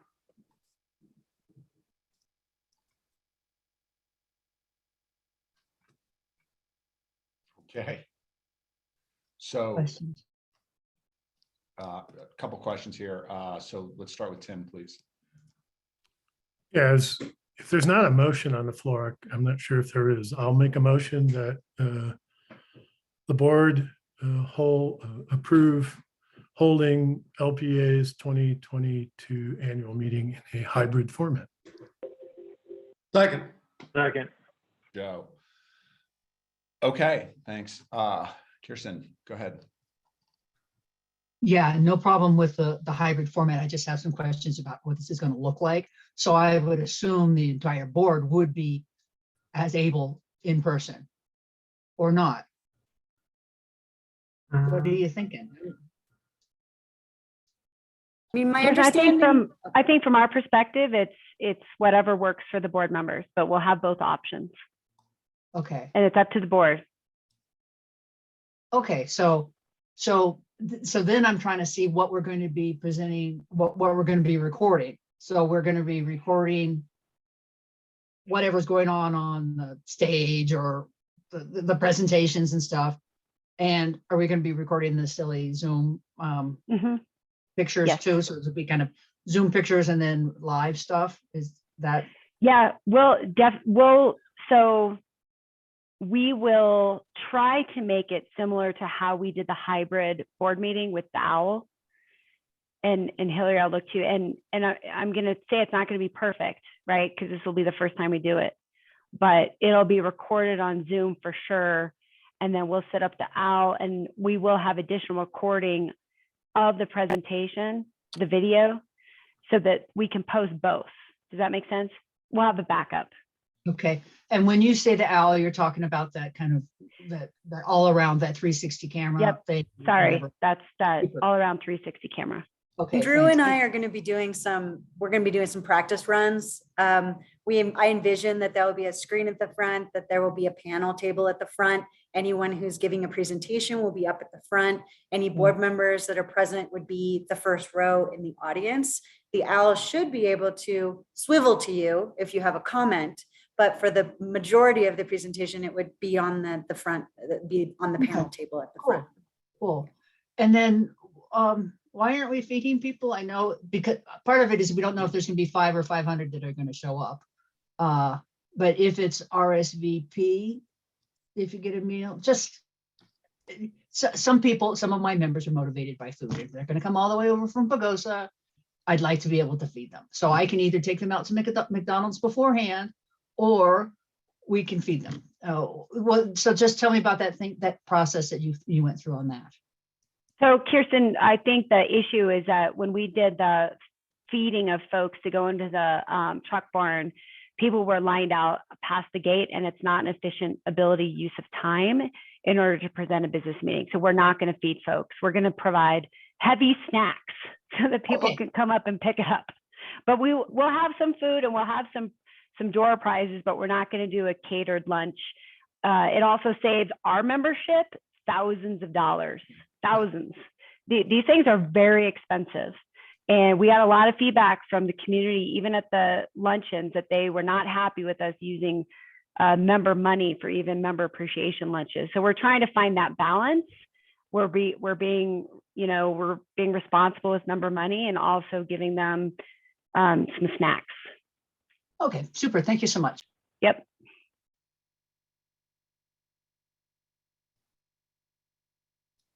Okay, Joe, go ahead.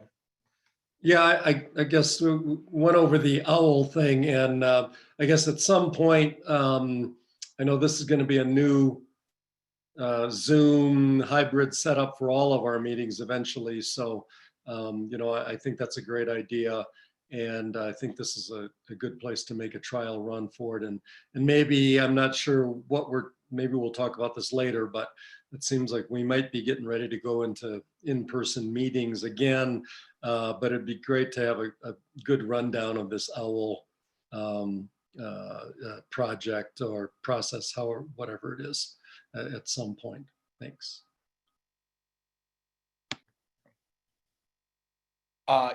Yeah, I'll go ahead and speak for myself on this matter. Yeah, so I've had multiple directors communicate with me about their strong desire to be in person. I think we all want that at some level, and you're just balancing safety of the membership in limited forums, in big rooms, but rooms that are not big enough that you can sort of guarantee 6 feet. And some of the things we've had to deal with is COVID as the San Juan Citizens Basin, the state of Colorado and the United States rapidly is evolving. What the current expectations are for these kinds of meetings hopefully abate. I think we will return, but it's worth just sort of recognizing that I think we're all broadly aligned in our personal desires to return to in-person. And so we will do that when everybody sort of agrees that, yes, we can do that in a safe forum. and for my own personal opinion, yeah, I'd love to get back to in person. So thank you. Okay. John, just one quick comment too. We will come back and give the board updates on this. So appreciate everyone's flexibility because this will be the first time we've done this. So it definitely will be a trial for us. So thanks. Okay.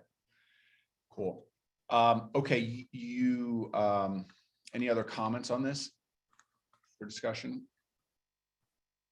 Okay, then you need a vote. So let's for the all in favor of the motion, hold your hand up. Aye. Aye. All opposed? Any abstained? Okay, thank you. Motion passes.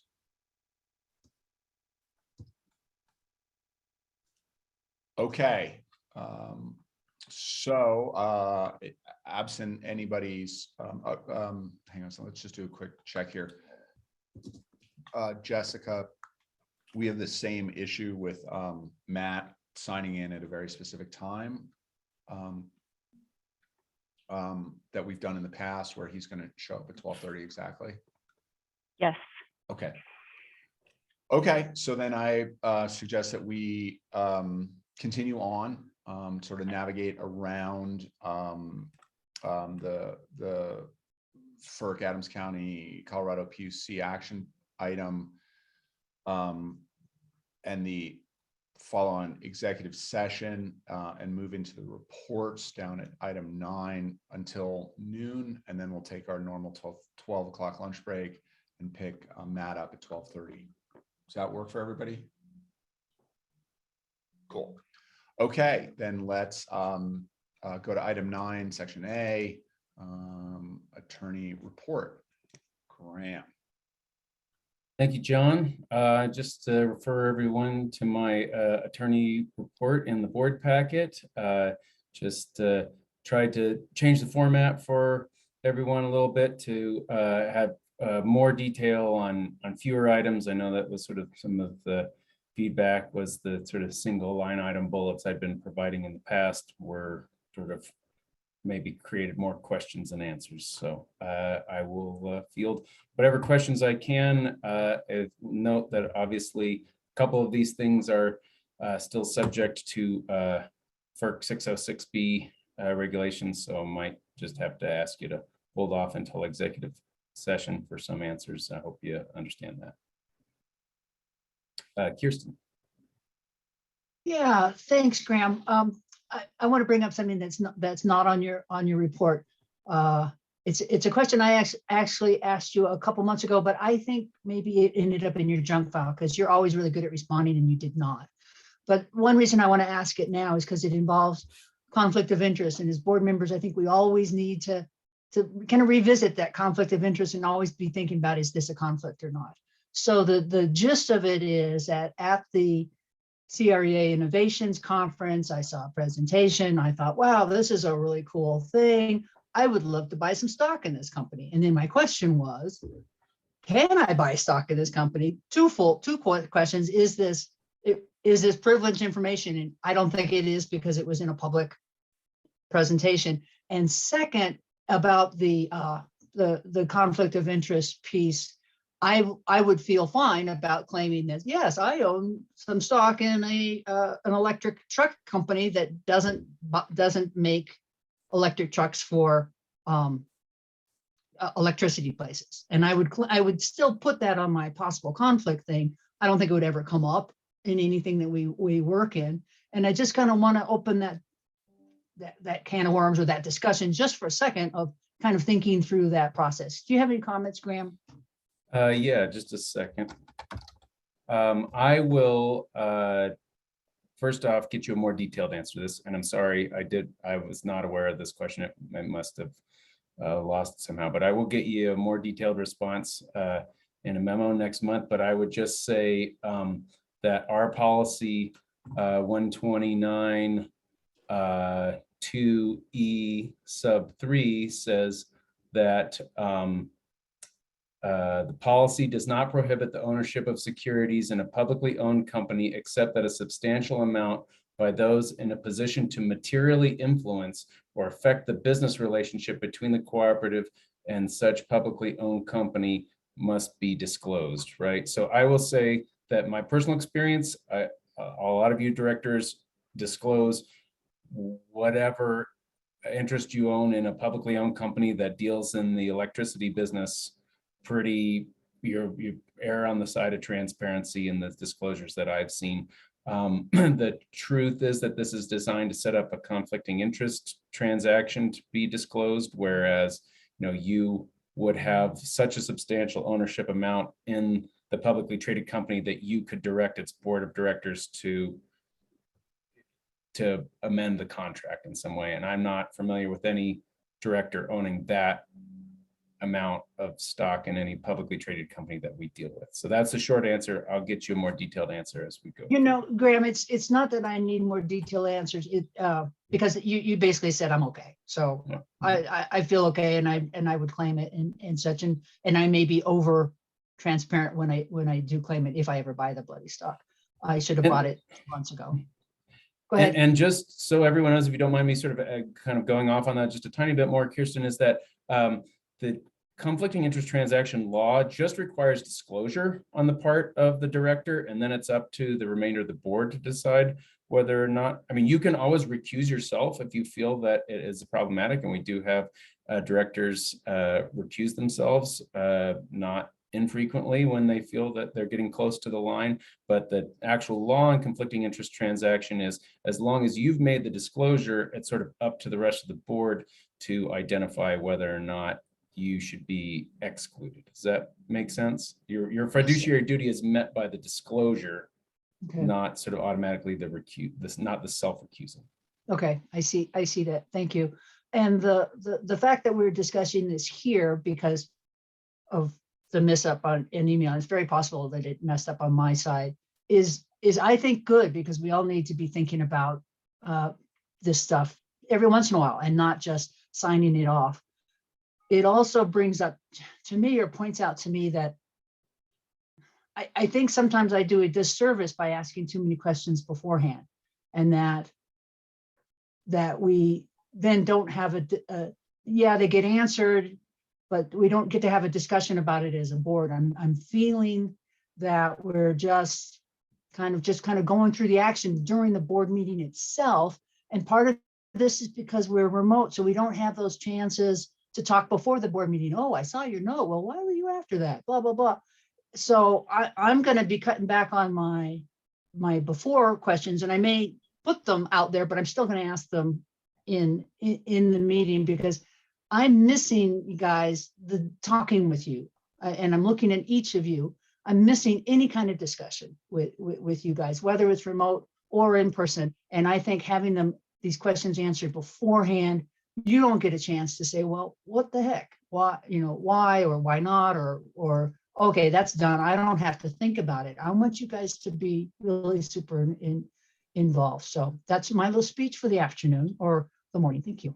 And if I could just add my 2 cents to that, Kirsten, I really appreciate you letting me know what your questions are going to be ahead of time for my own ability to give you a more thoughtful response. I don't mind you sort of, what you want answered at the board meeting. I'm fine with addressing like that, but I know it just so happens that I'm personally very familiar with this publicly traded company provision in 129 and able to find it pretty quickly. But we have a pretty deep library of things that I need to review, and it always helps me get you a more thoughtful answer if I can know ahead of time. Thank you. Holly, did you have a comment? Get your hand up for a moment. Yeah, I just wanted to have some appreciation for Kirsten's comments, because Greg Mordini at the Western United annual meeting noted that when they had a go home for product that for COVID, that their productivity increased, but their problem solving decreased, and they attributed it to the lack of water cooler discussions. So I do appreciate having those moments to talk to staff and fellow board members, and do miss it as well. Thank you. Agreed. I think we all share that sentiment at some level. Okay. Graham, any other comments or thoughts here on your report? Not for me. I think if anybody has any questions, if you have questions, I guess outside of my report, happy to entertain those as well. I know that's sort of perhaps a difference of having more detail and fewer bullet points, as there's not as many thought triggers, if you will. Great. Okay, thanks, Graham. All right. I see Tim has his hand up. Sorry, thank you, Graham. Tim, go ahead, please. Yeah, sorry for the last minute hand raising there. Of course. The DFNA between Tri-State and LPEA that is done on behalf of Fast Track. I just want to ask if maybe Jessica, you had a discussion about this with Kelly at your last meeting around payments by Tri-State and then costs that are incurred and paid for by Fast Track. Did that? Yes, Graham, I don't think we can talk about this. Is that right? Well, I would just Well, I'm asking if you had the conversation. Oh, yes, we've had the conversation. Graham, do you want to add something? I would just say, Tim, I went back and looked at these invoices and they are all net. So the instead of one amount of money going from LPEA to Tri-State and a smaller amount of money going from Tri-State to back to LPEA there. So I'm going to use some hypothetical numbers. These don't really correlate to real numbers, but let's say the bill from Tri-State was $10,000 for the period and the income from Tri-State was $2,000 for the period. Tri-State sends us a bill for $8,000 that we then pass on, rather than us directly receiving that income. Does that make sense? Possibly. I'm not necessarily trying to get into the detail here Okay. at the board level. I was more curious about what was the conversation would have been within the last week. Did you have the conversation in the last week or so? And if not, then I would bring that up later. I'm just trying to verify something, that's all. Yes, we had the conversation. All right, thank you. Okay. Onward. Last call for Graham. Okay, thank you. Let's push on. So director reports, Roundup. Great. Yeah, highlights here are we elected our next roster of officers for Roundup. So you'll see we've got kind of a new slate of folks, which is exciting, some leadership development and opportunity there. And then I think the other thing just to highlight is we had kind of seen a bottlenecking, it seemed, in our applications or lower application rates. And some of you all had asked about we were awarding below the amount allocated each month. And the reason we were given is that we were in transition between Jeannie Bennett's retirement and the onboarding of new staff and changing of some systems. So some applications had just kind of been pending. So at this last month, we saw a lot of applications and we awarded more funds than the average and dipped into those reserves. And so hard to say if it's a trend or just a one-off, but we'll keep you posted. And it was exciting to support a lot of great causes. So any questions? Yeah, Rachel, I've got one. Go ahead. Rachel, the slate there, Caitlin, Leonard, and Betsy, fabulous slate. To talk about leadership development, I think that was Leonard's first meeting, wasn't it? And you were elected vice president. So you guys move fast. Okay, thanks. It's his first meeting. He has quite a bit of experience in leadership in other realms. And it's a volunteer group and we are fortunate to have people willing to step into leadership. So we'll take them. That's great. Great. Joe, go ahead. Yeah, Rachel, I'm just a little confused. The opening page on your report was about the January meeting, and then we skipped back to the December meeting. So I was just kind of curious what why you were going backwards in the kind of detailed report about what you did. I think that this might just be a technical kind of glitch. I submitted the report and then I asked Carrie and Janelle to submit kind of the documents that go into the Roundup board packet. And so these are the December meeting minutes that were approved in the January meeting, if that makes sense. And yeah, other than that, I guess I cannot speak more.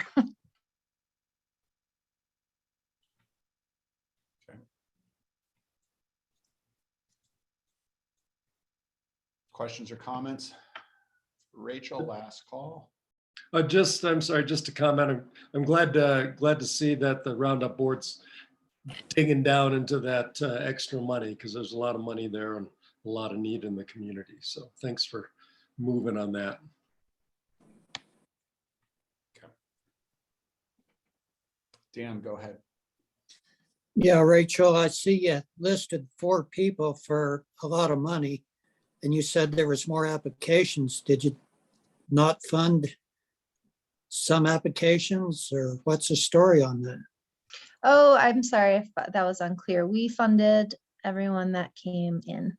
I think we just had we had more applications coming in, and the total amount of ask was more than we had kind of our monthly allotment permitted us.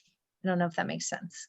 I don't know if you recall back in November, December, it seemed like there was 1 or 2 applications total coming through, and now we're seeing a few more. So what was in your board packet is for December, or is that what you approved in January? This is what we approved in January. So you only listed 4. There's 5. I'm sorry, I don't. For Roundup grants, the Animus in the Weeds, Durango Education Grants, Dancing Spirits, and Durango Education Fund. Yeah, just a few. Yep. But it's more than 1 per category, if that makes sense, or none, which we had also seen. Okay, what's the In the Weeds? In the Weeds is an organization that supports our restaurant industry, specifically service workers. And so it provides everything from healthy lifestyle coaching to leadership development and resourcing, and some really creative programs. It's actually a really cool, innovative program. And I can't remember what percentage of La Plata County residents are involved in the service sector. It's quite high. It's one of our largest sectors. And if you look at some of they also have some of the most volatile employment especially during COVID, and they struggle with housing security, income, et cetera, et cetera. So this is a support organization specifically for that group that tends to kind of get looked over in a lot of ways. All right, thank you. Bob, go ahead. Yeah, thanks, Rachel. I just had a curiosity. Is Durango Education Foundation, I'm familiar with, they're the 501c3 that supports 9R. What's Durango Education Funds? And is that I think the it's same a or different? typo. What? Typo on my end. Durango so Education it's the same. It's the 501c3. That's Yes, right. thank you. Sorry about that. That we as a company also donated kind of significantly to their big fundraiser. That's right. Yeah. Okay. Thank you. And I believe these are 2 distinct, they came in asking for some specific funds for specific, they have lots of different projects. It seems. Yeah, it's a big substantial 501c3. Yeah, thank you.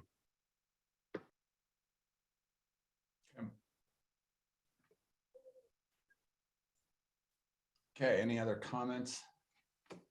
Rachel on Roundup?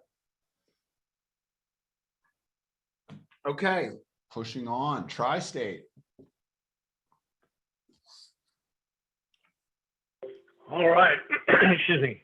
There is a report in the packet, pretty mellow as far as what I can report, because most of the meetings were in strategic planning, which are also in executive session. But I'll tell you what, the strategic planning that we do, the way they do it is they kind of divide us up into pods, about 4 or 5 people to a pod. Then we're given a subject, and they give a discussion on a presentation, and then we go into a breakout where we discuss it within our pod, and then we do it for the whole group and see where we're in alignment and where we aren't in alignment, and answer questions and get some good ideas.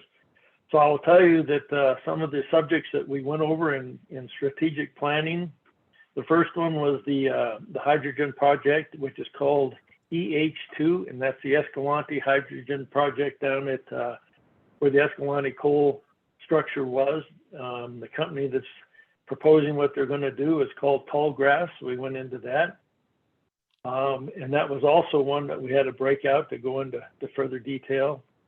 Another one was called Project Ascend, and that's where the association Tri-State is trying to come up with ways to cut costs, trying to, work with it, what they can with that 2% reduction last year, 2% reduction this year. It's quite challenging to meet those reductions. And some of the cost cutting is a part of that.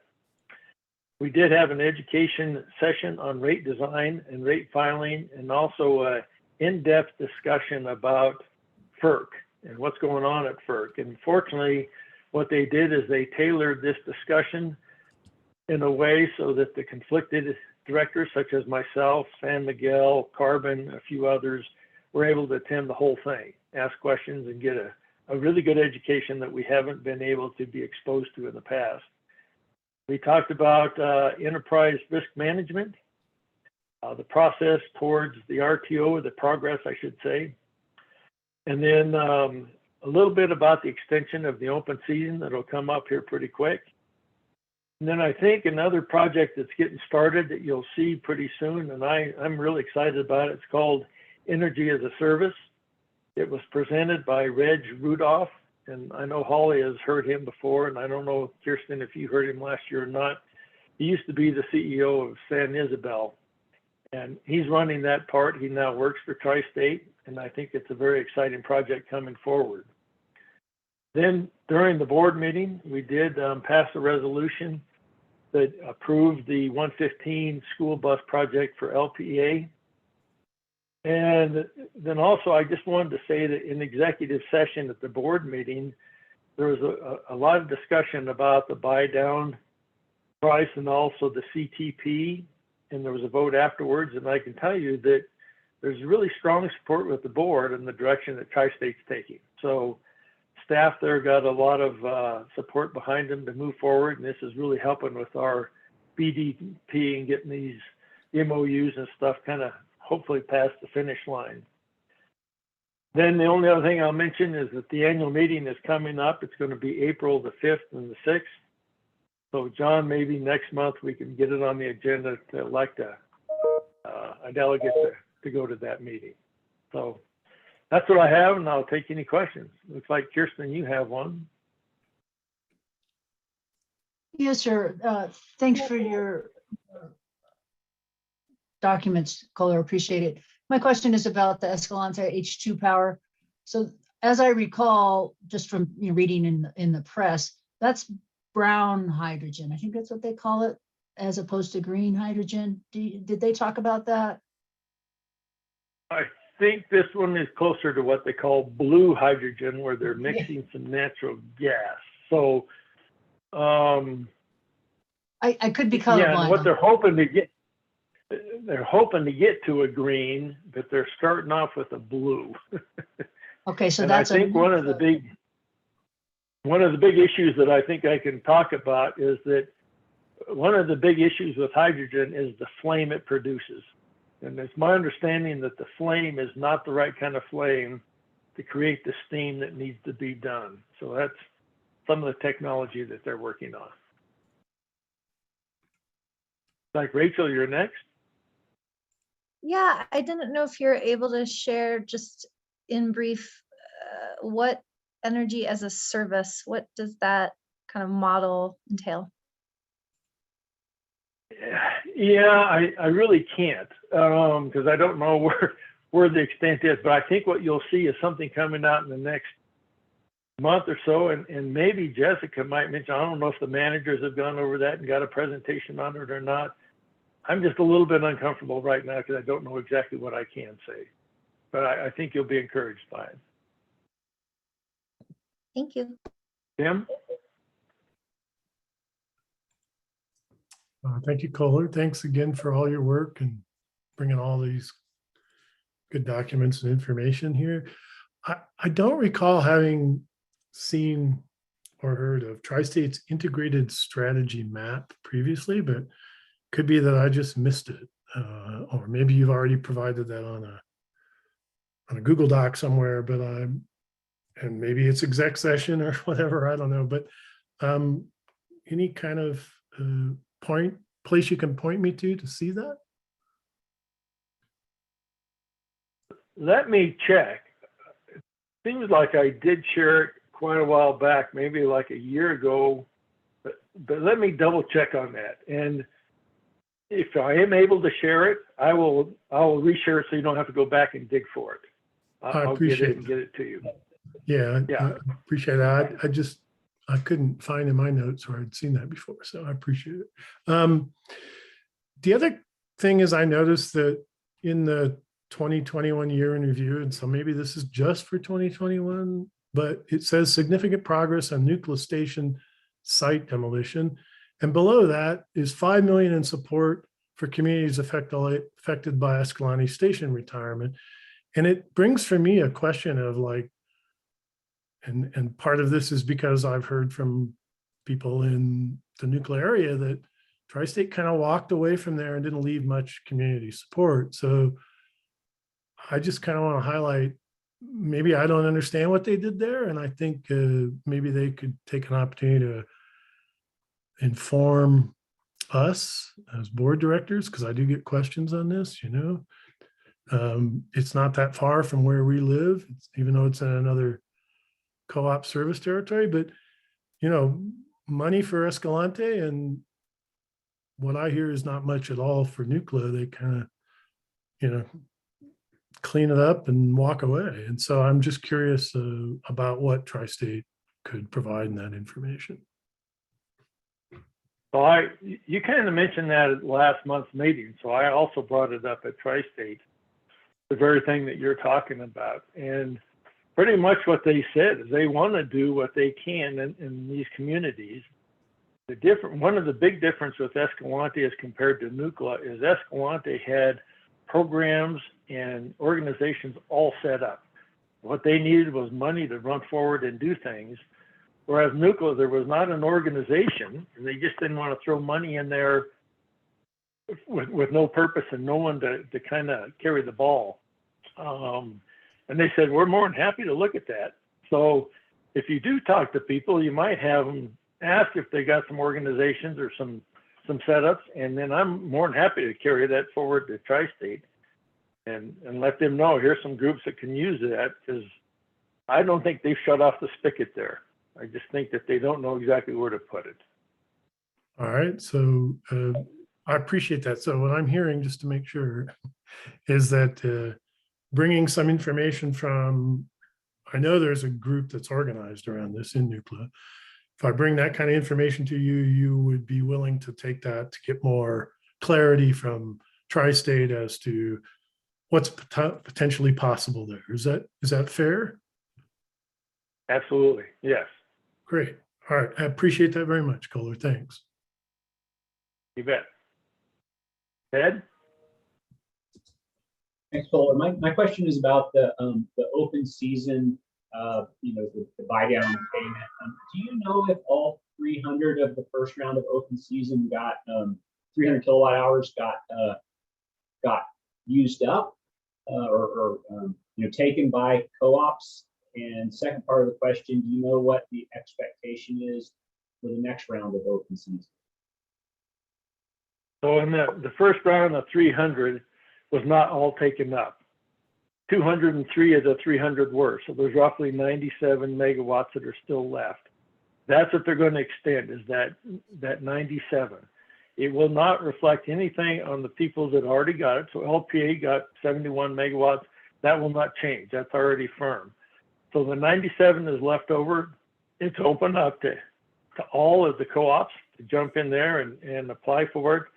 The only one that we know up front is Jemez, and thereafter, if I recall right, it's either 12 or 20 megawatts. If there's other interested parties, I don't know. That'll open up pretty soon, and Jemez's request for this is what actually kind of pushed the ball forward to get the open season reopened again. Thanks a lot for the clarification, Paul. It was the confusing part to me was if there was going to be, if there was a new open season, if it was going to go above and beyond the 300 that was already out there, but you clarified that it's just the remaining part that's left over from the initial. That's right. Now the door is not closed in the future to do another open season beyond the 300, but right now that's not on the books. It's a possibility going forward. Joe? Yeah, again, just thanks to Kohler for, that's a heavy lift to the tri-state membership, and you seem to go after it with a great deal of joy, and I can't tell you how much I appreciate that. My other comment is just kind of to go along with our partial buy down in the December 2021 operation performance says renewable generation accounted for 30% of total power supply and 36% of member loads. So, that's all going toward, our goals and which is really important. And it seems like we're moving more quickly past, greenhouse gases than perhaps we had anticipated a year ago. So I'm real happy to see that. Also, where is that? And I think, oh, go ahead, Kohler, sorry. And Dan Harms might want to correct me on this, but it's my own personal thought that when LPA actually goes forward with their partial requirements, since we're taking that block off the bottom, that's mainly base load generation. I think that will also improve tri-state's renewable, because they're not having to, provide that base load. I might be wrong, but that's kind of my thinking, that it'll increase that even more than what that was. And I think you're asking where Escalante is. Yeah. If I recall right, it's kind of by Grants, New Mexico. Oh, okay. Yeah, just to add, Kohler. Sorry, I just wanted to add, at the town hall, Pat Bridges was there and he spoke to that in particular, saying that the partial contract allowed for the earlier retirement of the coal. And so if you recall, he did say that in the public session. Well, thank you, Jessica. I didn't remember him saying that. I'll tell you another really fascinating thing if you ever get to go to the tri-state. They have a big screen, and what that screen does is it reflects the generation in lifetime, and it does all the different generation. And this month when we were there's a storm there. That morning it was 9 below, and it was fascinating. The solar was only producing 1 megawatt. Wind was outdoing hydro. Number one obviously was coal, and second was gas. But it's pretty fascinating to watch, exactly where that generation is coming from and when it's needed, because that whole front range around the Denver area is very, very cold, and it was snowing pretty good as well. I looked on my cameras at my home and it was sunny there. So not the whole territory, but that part, it made quite a difference on seeing that generation. So thank you. I think that's all I have, John. Okay. Excellent. Thank you. Good. Fast track, rock and roll. Tim, is that you? Who's doing this? Sure. I think that's me. I wrote the report. So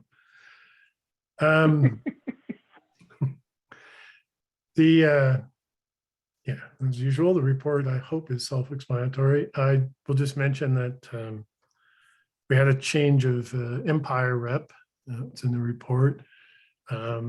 Bill Mollenkoff, who had previously been there after the untimely passing of the previous bill. He was not on the fast track board, and I think he felt a little removed from his ability to really represent Empire by virtue of not being on the Empire board. So a new representative was appointed by Empire, who is on the board. His name is Bob Berry. I don't know him, and but he was engaged and engaging. So hopefully that will be a good addition going forward. We're getting through the financial reports that have been delayed while we Fast Track was trying to find a new accounting manager. So we're able to provide through the end of the year of 2021, but there wasn't a report in here for January. So that's still a little catch up to do. And yeah,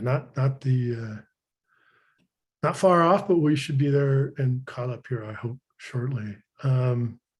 That is also the reports there was also this desire to get 2021 finished so that they could have the various financial reports and accounting squared away for the auditor who was there last week. I think so, week of the 7th.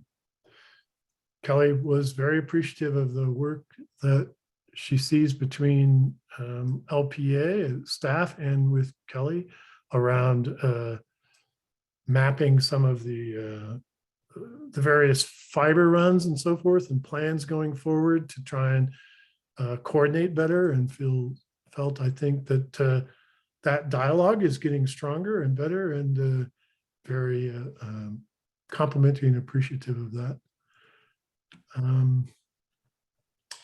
Any questions?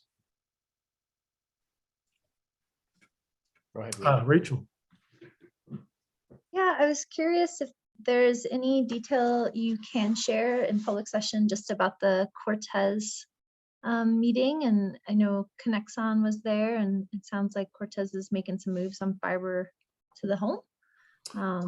Well, the meeting that was attended when we were told about that in January, and it occurred the afternoon of the day that we had our Fast Track board meeting in the morning in January. So we didn't have any real discussion about that meeting at that board meeting. And it was sort of presented as Connexon would show their feasibility study, but it turned out, I think, in the end, to be kind of a attempt to bring together regional players and sort of put on a strategy or work together on a strategy to obtain various grant funding money that's present and coming down the pipe. I know Dan Harms was there as well. So if he may have I wasn't at the meeting, so he may have a much better view from LPEA's standpoint about that meeting and its benefit. What I think, and then at this February board meeting last Wednesday, while we were there, Kelly got this email that she didn't have time because she was involved in the board meeting to review, but Cortez, the city of Cortez, put out an RFP for take over all of our fiber to the home work and give us a bid on it. And my sense, and maybe Ted would confirm this because he was also at the board meeting, that was a bit surprising based on the meeting they'd had previously, and then this came out kind of the blue. So I don't have a lot of detail other than Cortez's seems to be maybe charting a potentially different path than what Connexon. I mean, Connexon's proposal in general is real similar to what they proposed for LPEA's service territory. And we discussed that, I think, at a cow and some other things. I'm not sure how much of that is proprietary or not, so I won't go into that detail here to remind us, but it's very similar.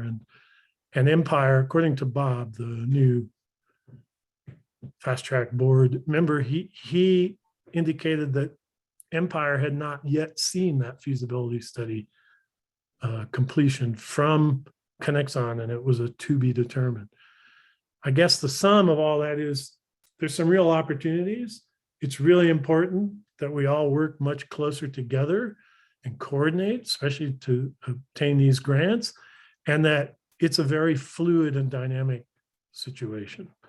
Dan, do you want to add anything about the meeting at all? You don't have to if you don't want. I don't mean to put you on the spot. No, that's fine. It was just a refreshing meeting to see everybody in the same room again.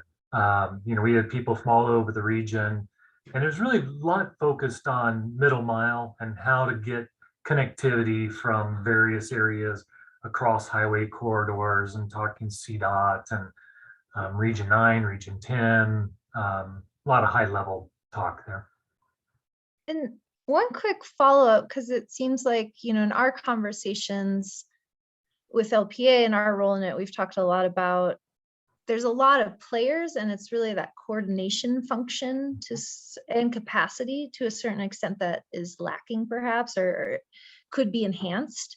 And I saw that, we've got some big changes at COG, which, to some extent, I think that's what they were trying to do is provide some coordination. And so I'm curious if, because of the complexity and the fluidity, is anyone kind of rising to the surface? Do we have that coordination function filled as a region, or is that something we still need? Well, I think there is some that I'm not fully at liberty to discuss coming from Fast Track. There is an attempt to try and pull together more tightly, like Dan said, to various entities and potential partners in a way that can provide a strategy to ensure, our fair share of dollars, grant dollars, and so forth come to this part of the state in a way that really moves the needle.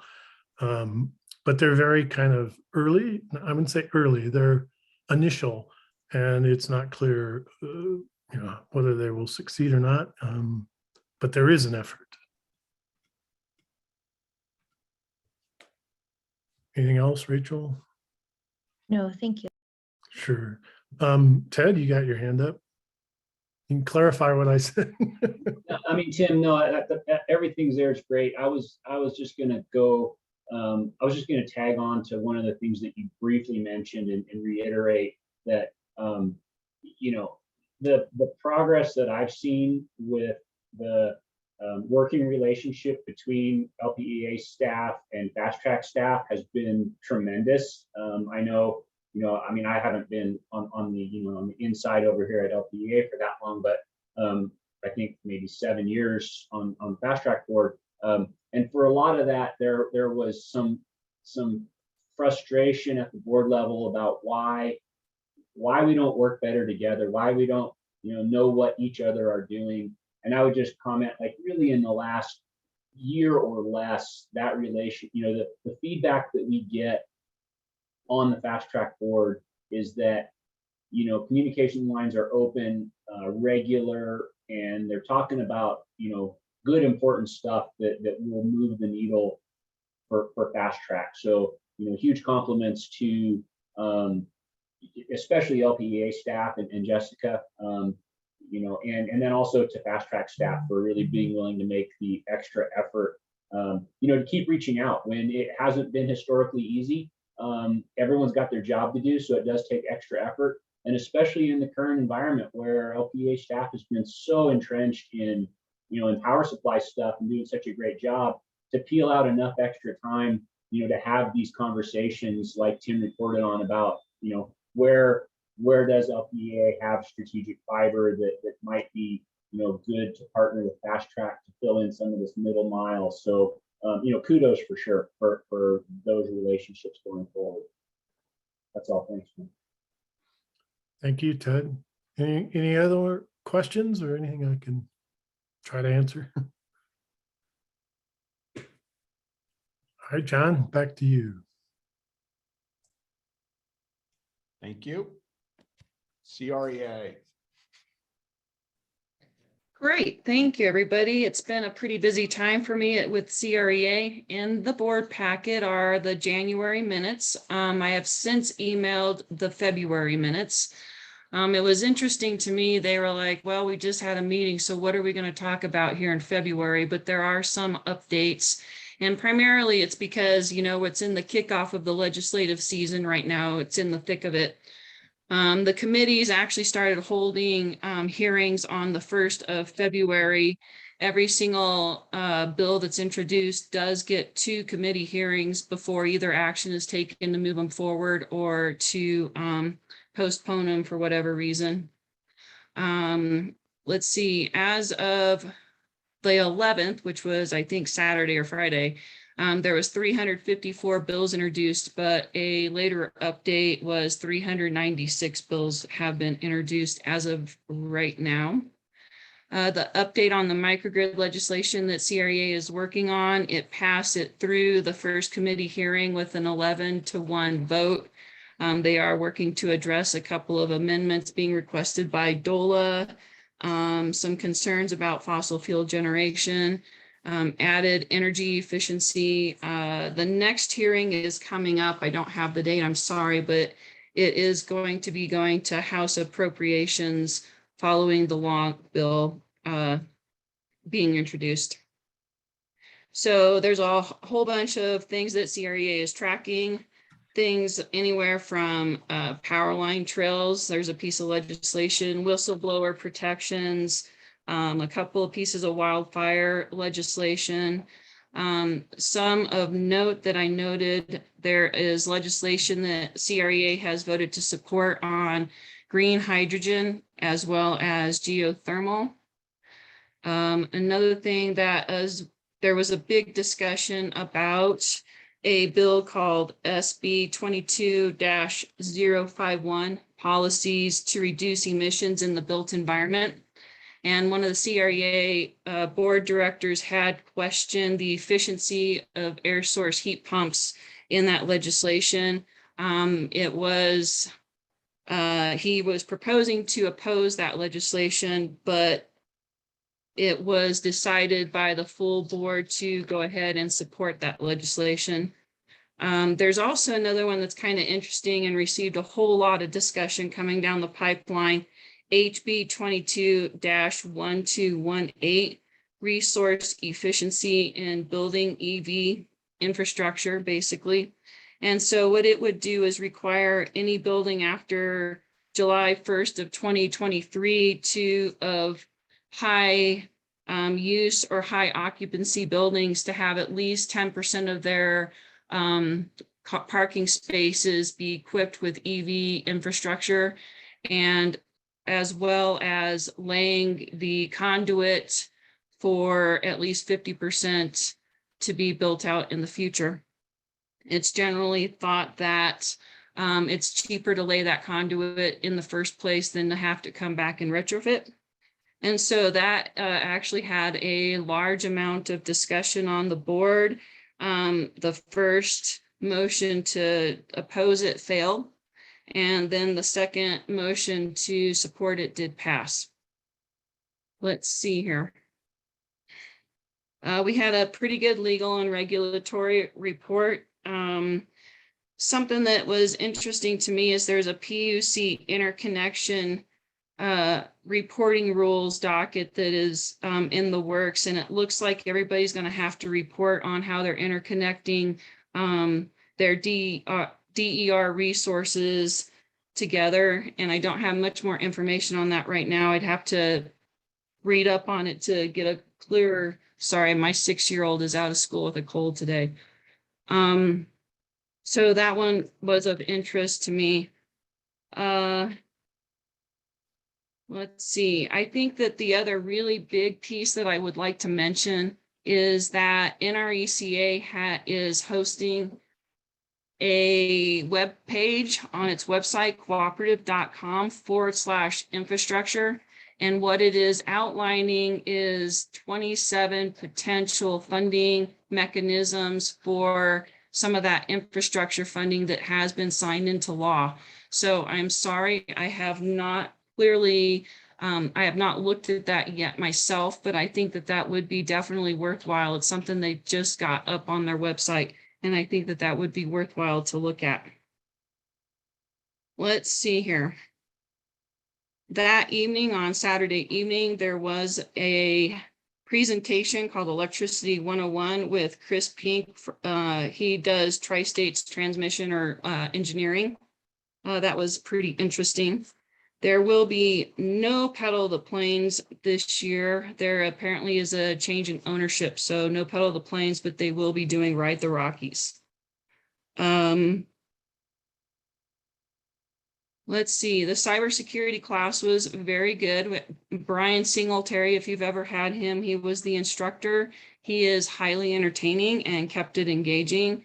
And so I apologize, Jessica and Drew, he did stay straight up that you're going to have a whole lot of questions, and don't go back to your staff and look like you're questioning their every decision or everything just because you're not up to date and up to speed on this stuff. So I apologize, Jessica and Drew, if it ever looks like I'm questioning anything. It's just coming from my own ignorance on the topic. Let's see, but more on that will come at a soon date. The annual meetings were really quite good. They were long. There was a lot of speakers. There was a lot going on. I won't go too much into that. John did a great job representing LPEA there, and I appreciate his time and energy coming to that. And let's see here. The last day was a joint managers board of directors meeting, and they have determined that these have been pretty valuable to help bring the board up to speed on certain topics. And I would certainly agree, especially this panel that they had on yesterday was about imbalanced markets plus day ahead markets and RTOs.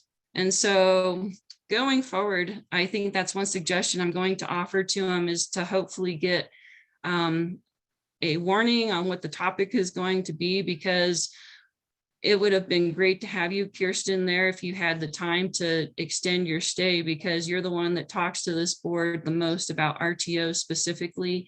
And, just to be able to have you also there, because as it is, it's a very complex topic. And one of the things that I really came away from in there, they had the vice president of transmission for Tri-State. They had a high guru for Excel of transmission, and they also had a transmission guru from Guzman Energy. And so that was quite the panel with Dr. Hannigan presiding over that. And so I think one of the key takeaways right now that I want to share with you is Dr. Hannigan asked them if they see significant changes and by when, and the whole panel agreed by 2025 that whole the whole landscape is going to be vastly and grossly different as far as having wholesale markets in our area, and that's coming down the pipeline. And so indeed, and please correct me, staff, if I'm wrong, but FERC 2222 actually is going to require that we have a decision for our cooperatives as to whether we're going to be joining an imbalanced market or an RTO or not. So we either have to have that decisioning, and I don't know if it applies to us, but I know it does apply to Tri-State. Is that right? So we're non-FERC jurisdictional. It's only towards Tri-State. Okay, but they're going to have to decide unequivocally whether they're going to be in an RTO or not, and provide reasoning why not if they choose not to. So I thought that was pretty interesting. I think that's enough right now. So Kirsten, what's your question? Yeah, two things, just a little more information on that NRECA infrastructure thing. One of the things that they're looking at doing is maybe building some coalitions to bid together on some of these projects. So basically kind of taking the stuff that was used at FCC that was so successful for folks like the folks who got the big broadband contract in our area to try to kind of bring some of those together to see if we can do that. So it's something we want to keep an eye on. And second, sorry, this is a little nit here. Ginny Busek is not from San Isabel Electric. She's from United Power, the new president. I probably knew that. Thank you for that.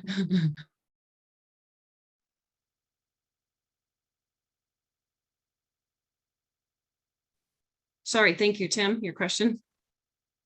Thanks, Holly. I appreciate all the good work you do and the information you bring back from CREA. It's always full of interesting things.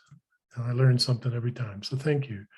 I was curious about HB 22-1104, power line trails, and it says CREA opposes that. I'm just curious what's the opposition revolving around? The opposition was the administrative burdens that would be put on the cooperatives, as well as insurance considerations and not having basically control of. It's also, they're opposed because there really doesn't need to be any kind of legislation written for this, because the cooperatives already have the ability to enter into these types of agreements with other organizations anyway. So it was really felt that that was just another level of regulation that was not really necessary or required. And did you vote to oppose, or were you in support of opposition? It seems like a oxymoron there maybe, but. The final position, let me see what it was to tell you then. I'm also because curious. there was a question, because it was generally felt that that legislation was going to be pushed through. They're talking about how right now the legislation, the houses are pretty, all the legislation that's coming through is pretty partisan, and if it's got wide support by the Democratic side, that it's going to probably some rendition of it will be passed through. And I'm sorry, I'm looking for my notes right now. I have my next, all I have right now, Tim, is my next hearing is on 2/16 on that. So I can do some research on that. Yeah, I'm wondering if LPEA, what staff and people who deal with those right-of-ways might feel or is appropriate or not appropriate in that regard. I mean, it just seems like at face value, and I haven't plunged into it as deeply as probably you and the folks at CRA, but it seems at face value like a kind of a win-win for a lot of communities, and also has an opportunity to maybe lower carbon footprints in certain places by utilization of different methods of transportation and so forth. So I don't know. I'm curious, and we have right away and so forth, and as a co-op, and I'd like to get some sense of what's practical and reasonable here. So, yeah, I certainly understand your concern on that, Tim, and your line of reasoning on that. Generally, if there's going to be more levels of requirements and regulations, I can say that becomes an aversion. well, If I could hit maybe the pause button here for a second, we can continue this conversation as long as you guys want. But if we want a lunch break now, we should take it and then pick this up, because otherwise Matt's going to come on at 12:30, and if we're late to that, we're getting charged either way for his time. So I would suggest one of two things: either let's hit the pause button or plow all the way through Matt's presentation and then take a lunch break. Do you guys care? your discretion, in my opinion. Fair enough. I'm starving. So Well, and John, you and I actually have to get on the call with a news venue at noon, like now. Okay, so we're going to just hit let the you know. pause button right now. We're not going to end this subject because I want Holly to be able to finish her discussion. So we will resume. We'll come back at 12:30 sharp for Matt. Once we get through Matt, any executive session work, we will resume after that with CREA and Holly. Okay. Terrific. All right, we will see you guys at 12:30 sharp. Thank you. Thank you. Let's get back to business. This public session for the attorney update for FERC, Adams County, and Colorado PUC actions. Go ahead, Matt. Welcome. Glad you're here. The floor is yours. Great. Thanks, John. Yeah, so short update today. Biggest thing, obviously, the BDP has been subject of a lot of discussion, and where things stand with the partial, continue to be engaged in settlement discussions, and I do think we're making progress. I can provide you with a full update on where that stands once we get into executive session, since that's all subject to the settlement privilege at FERC. But that continues to move along.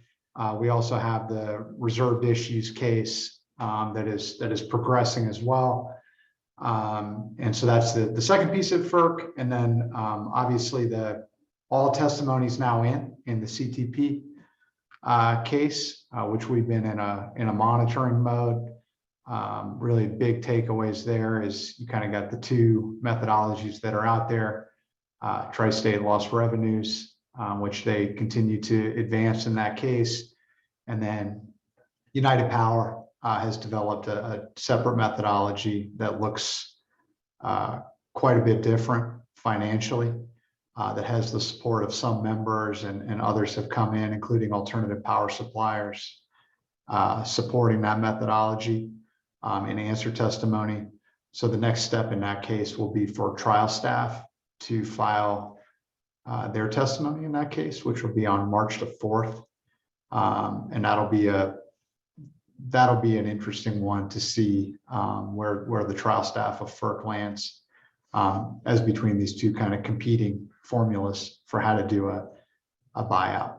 So that's really kind of where things stand at FERC across the cases. Apologize that there's not something more detailed we can provide on the BDP right now in terms of detail from a public perspective.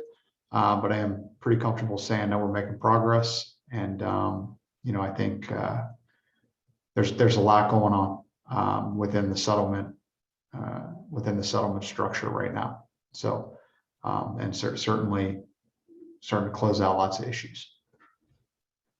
Tim, do you have a question? Yeah, Matt, thanks. Like your haircut there.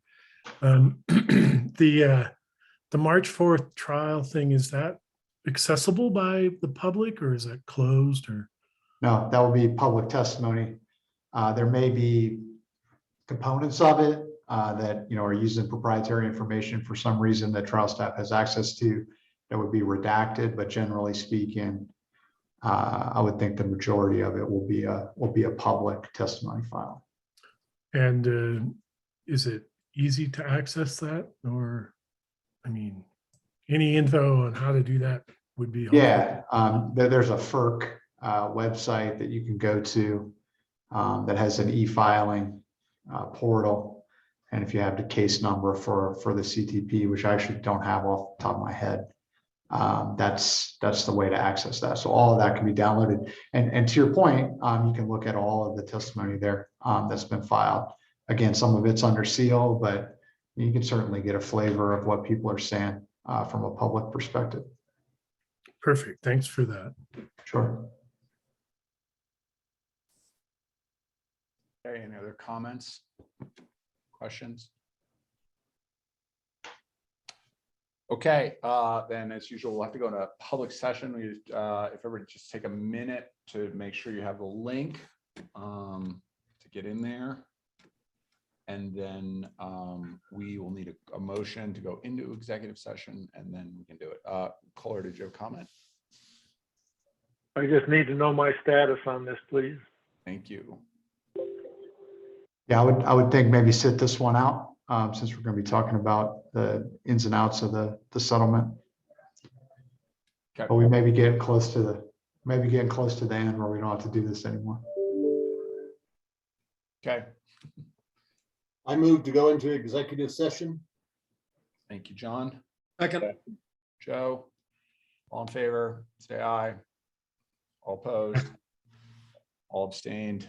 Okay, we will see you guys in executive session. Great, thank you.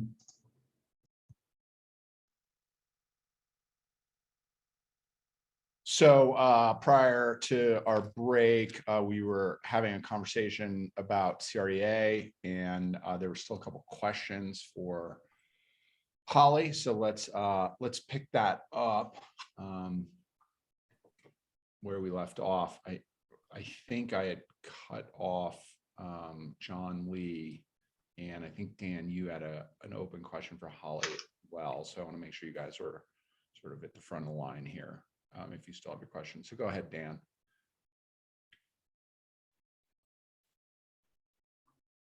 Yeah, just comment with if the board was going to support that bill for the trails under the power lines, I as a landowner would oppose that greatly because that opens up the door for trespass and all kinds of stuff. And that easement was given for electricity would be back to our hanging fiber on the power line right of ways because it wasn't prescribed in there. And if I did any easements in the future, there would be specific language in there that it would be for power line and fiber only. Just my comments.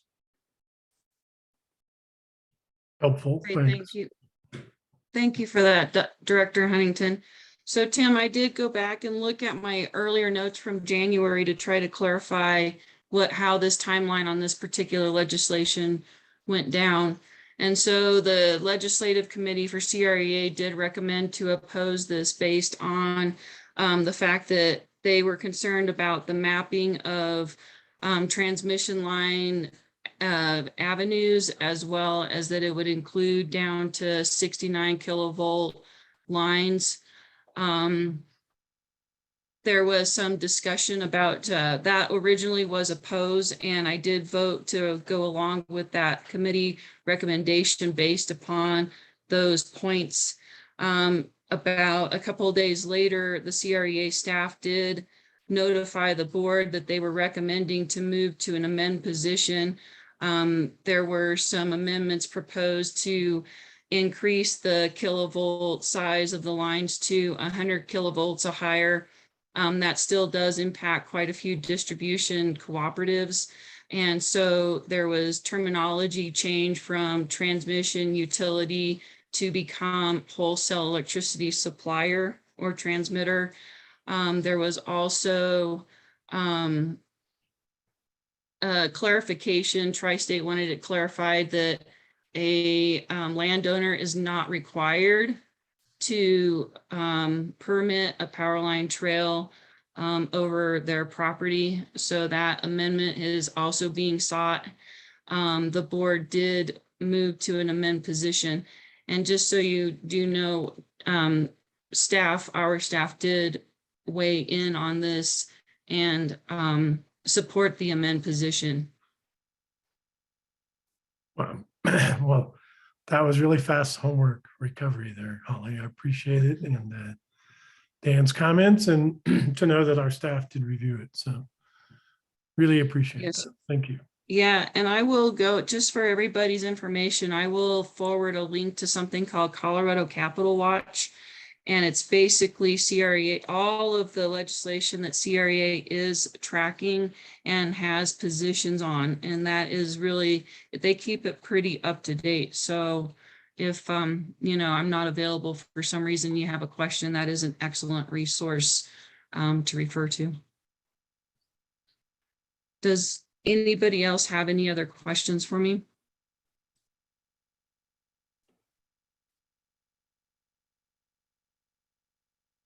I would also like to add, it would be nice to get into in-person because I did discover that John Lee has one heck of a sense of humor, and it really shined when we were in person.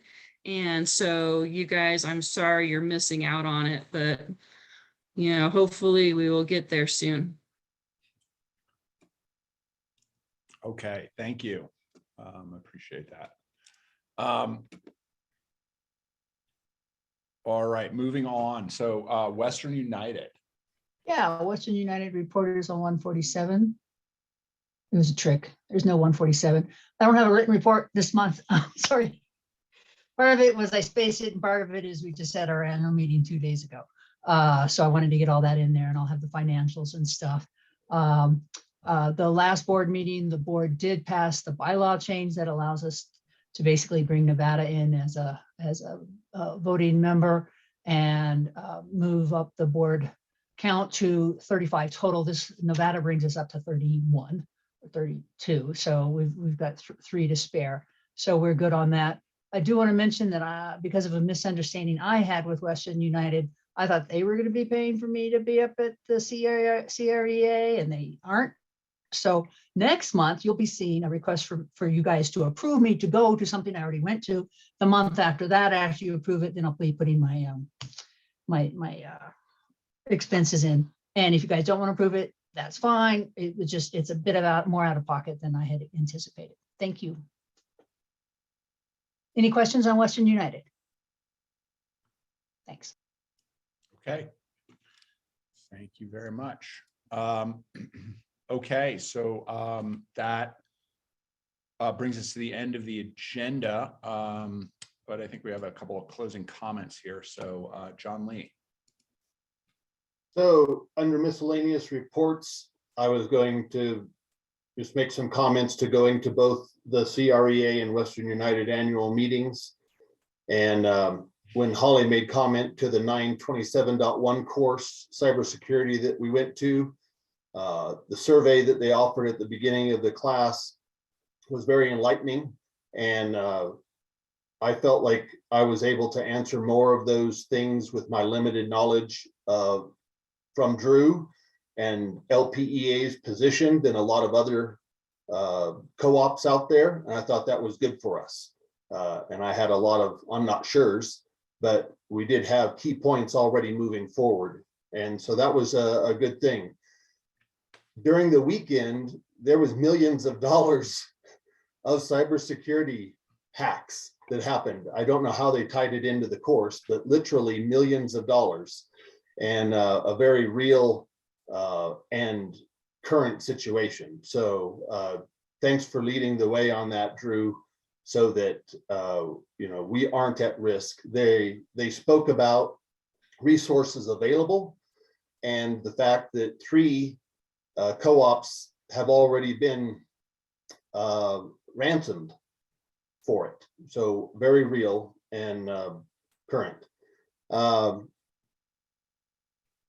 Kirsten talked about the only vote that I had to do is to support the expansion of the board of directors for Western United. And Kirsten gave me the background on it. It was unopposed and it brought new members in, like she spoke from Nevada, right, Kirsten? So gave them a place at the table for that. The other good conversation that was there from the Colorado Energy Office was Dr. Tour spoke, and I thought had a lot of high level advanced information that talked about the positioning for Colorado. And it feels to me like LPEA is right in concert with it, which, a year and a half or 2 years ago, when I went to come onto this board,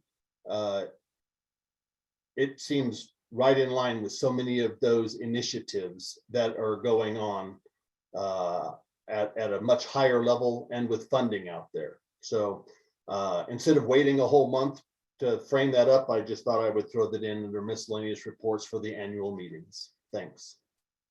Or I'll take any questions. Great, thanks, John. Any questions for John specifically before we go to the next speaker? Okay, thank you. All right, Kirsten. Yeah, I have a question based upon something that was said right before we went into executive session, and it was, or deciding about lunch. And it was that John, you and Jessica had to be on some call together. And what it raised in my head is, as the board president, you're probably involved in some things on behalf of the board with Jessica that we may not necessarily know about. And so I'm wondering if we need to have a president report monthly. And I don't know what this call was, and but something on those lines, because you are, like we've talked about before, one of equals. Yeah, no, the short, I don't think it's necessary. The only thing let me be clear. The only thing we ever really meet about is on preview of the meeting agenda and whatever ministerial stuff is happening. If there was something material, I would certainly communicate it. The reference that she was making was well, you can speak for yourself, Jessica, but you were stepping out to do calls with reporters, and they had requested somebody from the board. So. And I think that's worthwhile. So when you say the only thing you ever talk about, so the appointment to the rate committee that came up, you and Jessica had to make a decision fairly quickly on that. So that would have been one that the board should have known about, that decision was getting made, perhaps. Fair so enough. Yeah. Fair enough. Okay. You know what? You raise a good point. Yeah, let me do that. Why don't we, I'll circle back up with Jessica and Graham, but without committing to it, I think that's a good idea. And maybe we can just add a line item as part of this reports section where the president of the board does a report for any miscellaneous stuff that person is covering at that time. I appreciate that. Thank you. Okay. I will close the loop with Graham and Jessica on after the meeting. Okay. Is that it? Great. Joe, you're up.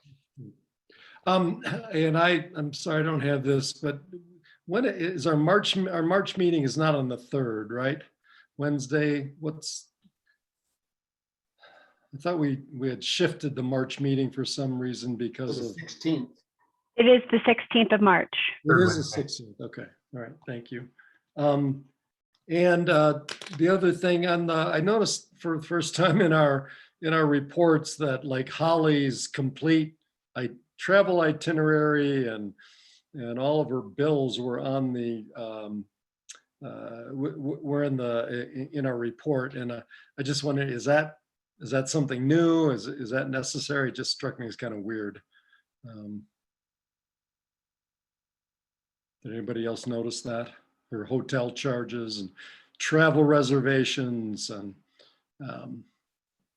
I just submitted my receipts, sir, and I'm not sure how they determine what they include. I can speak to that if you like, Joe and Holly. Just real quick, the report at the front is everything that was incurred for January. So it's just a report saying this is what was spent. And I think with Holly's expenses, they are the first discretionary ones that we've seen. So those are essentially up for approval. Oh. That's why they're all there. Okay.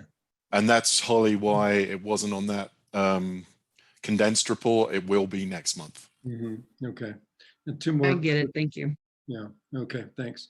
And just two more quick things. Are we able to do anything for Sue? Like, I don't know, some kind of gift certificate for dinner somewhere, or is any planning, something?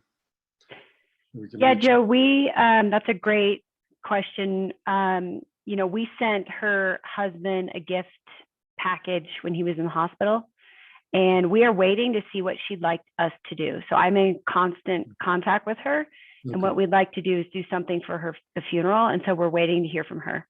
Okay. But thank you for asking. Yeah. Okay. And then last meeting, we chatted about the customer survey. I'm just kind of wondering where we are on that and how we're going to handle release to the public of that. Yes, so I think as we discussed, we're just going to run it through Graham real fast to make sure he could review it. We've been a little preoccupied with the BDP stuff, so we have not got to that. We'll get to that in the next 2 weeks and scrub it through and then post what we can on the website. No hurry. Yeah, but we'll get it there. Thank you. Okay, any closing comments?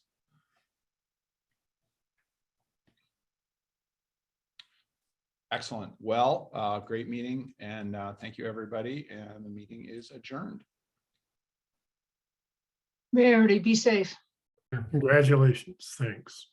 Thanks all. Leo's Yeah. That's a good. Thank Good you. work.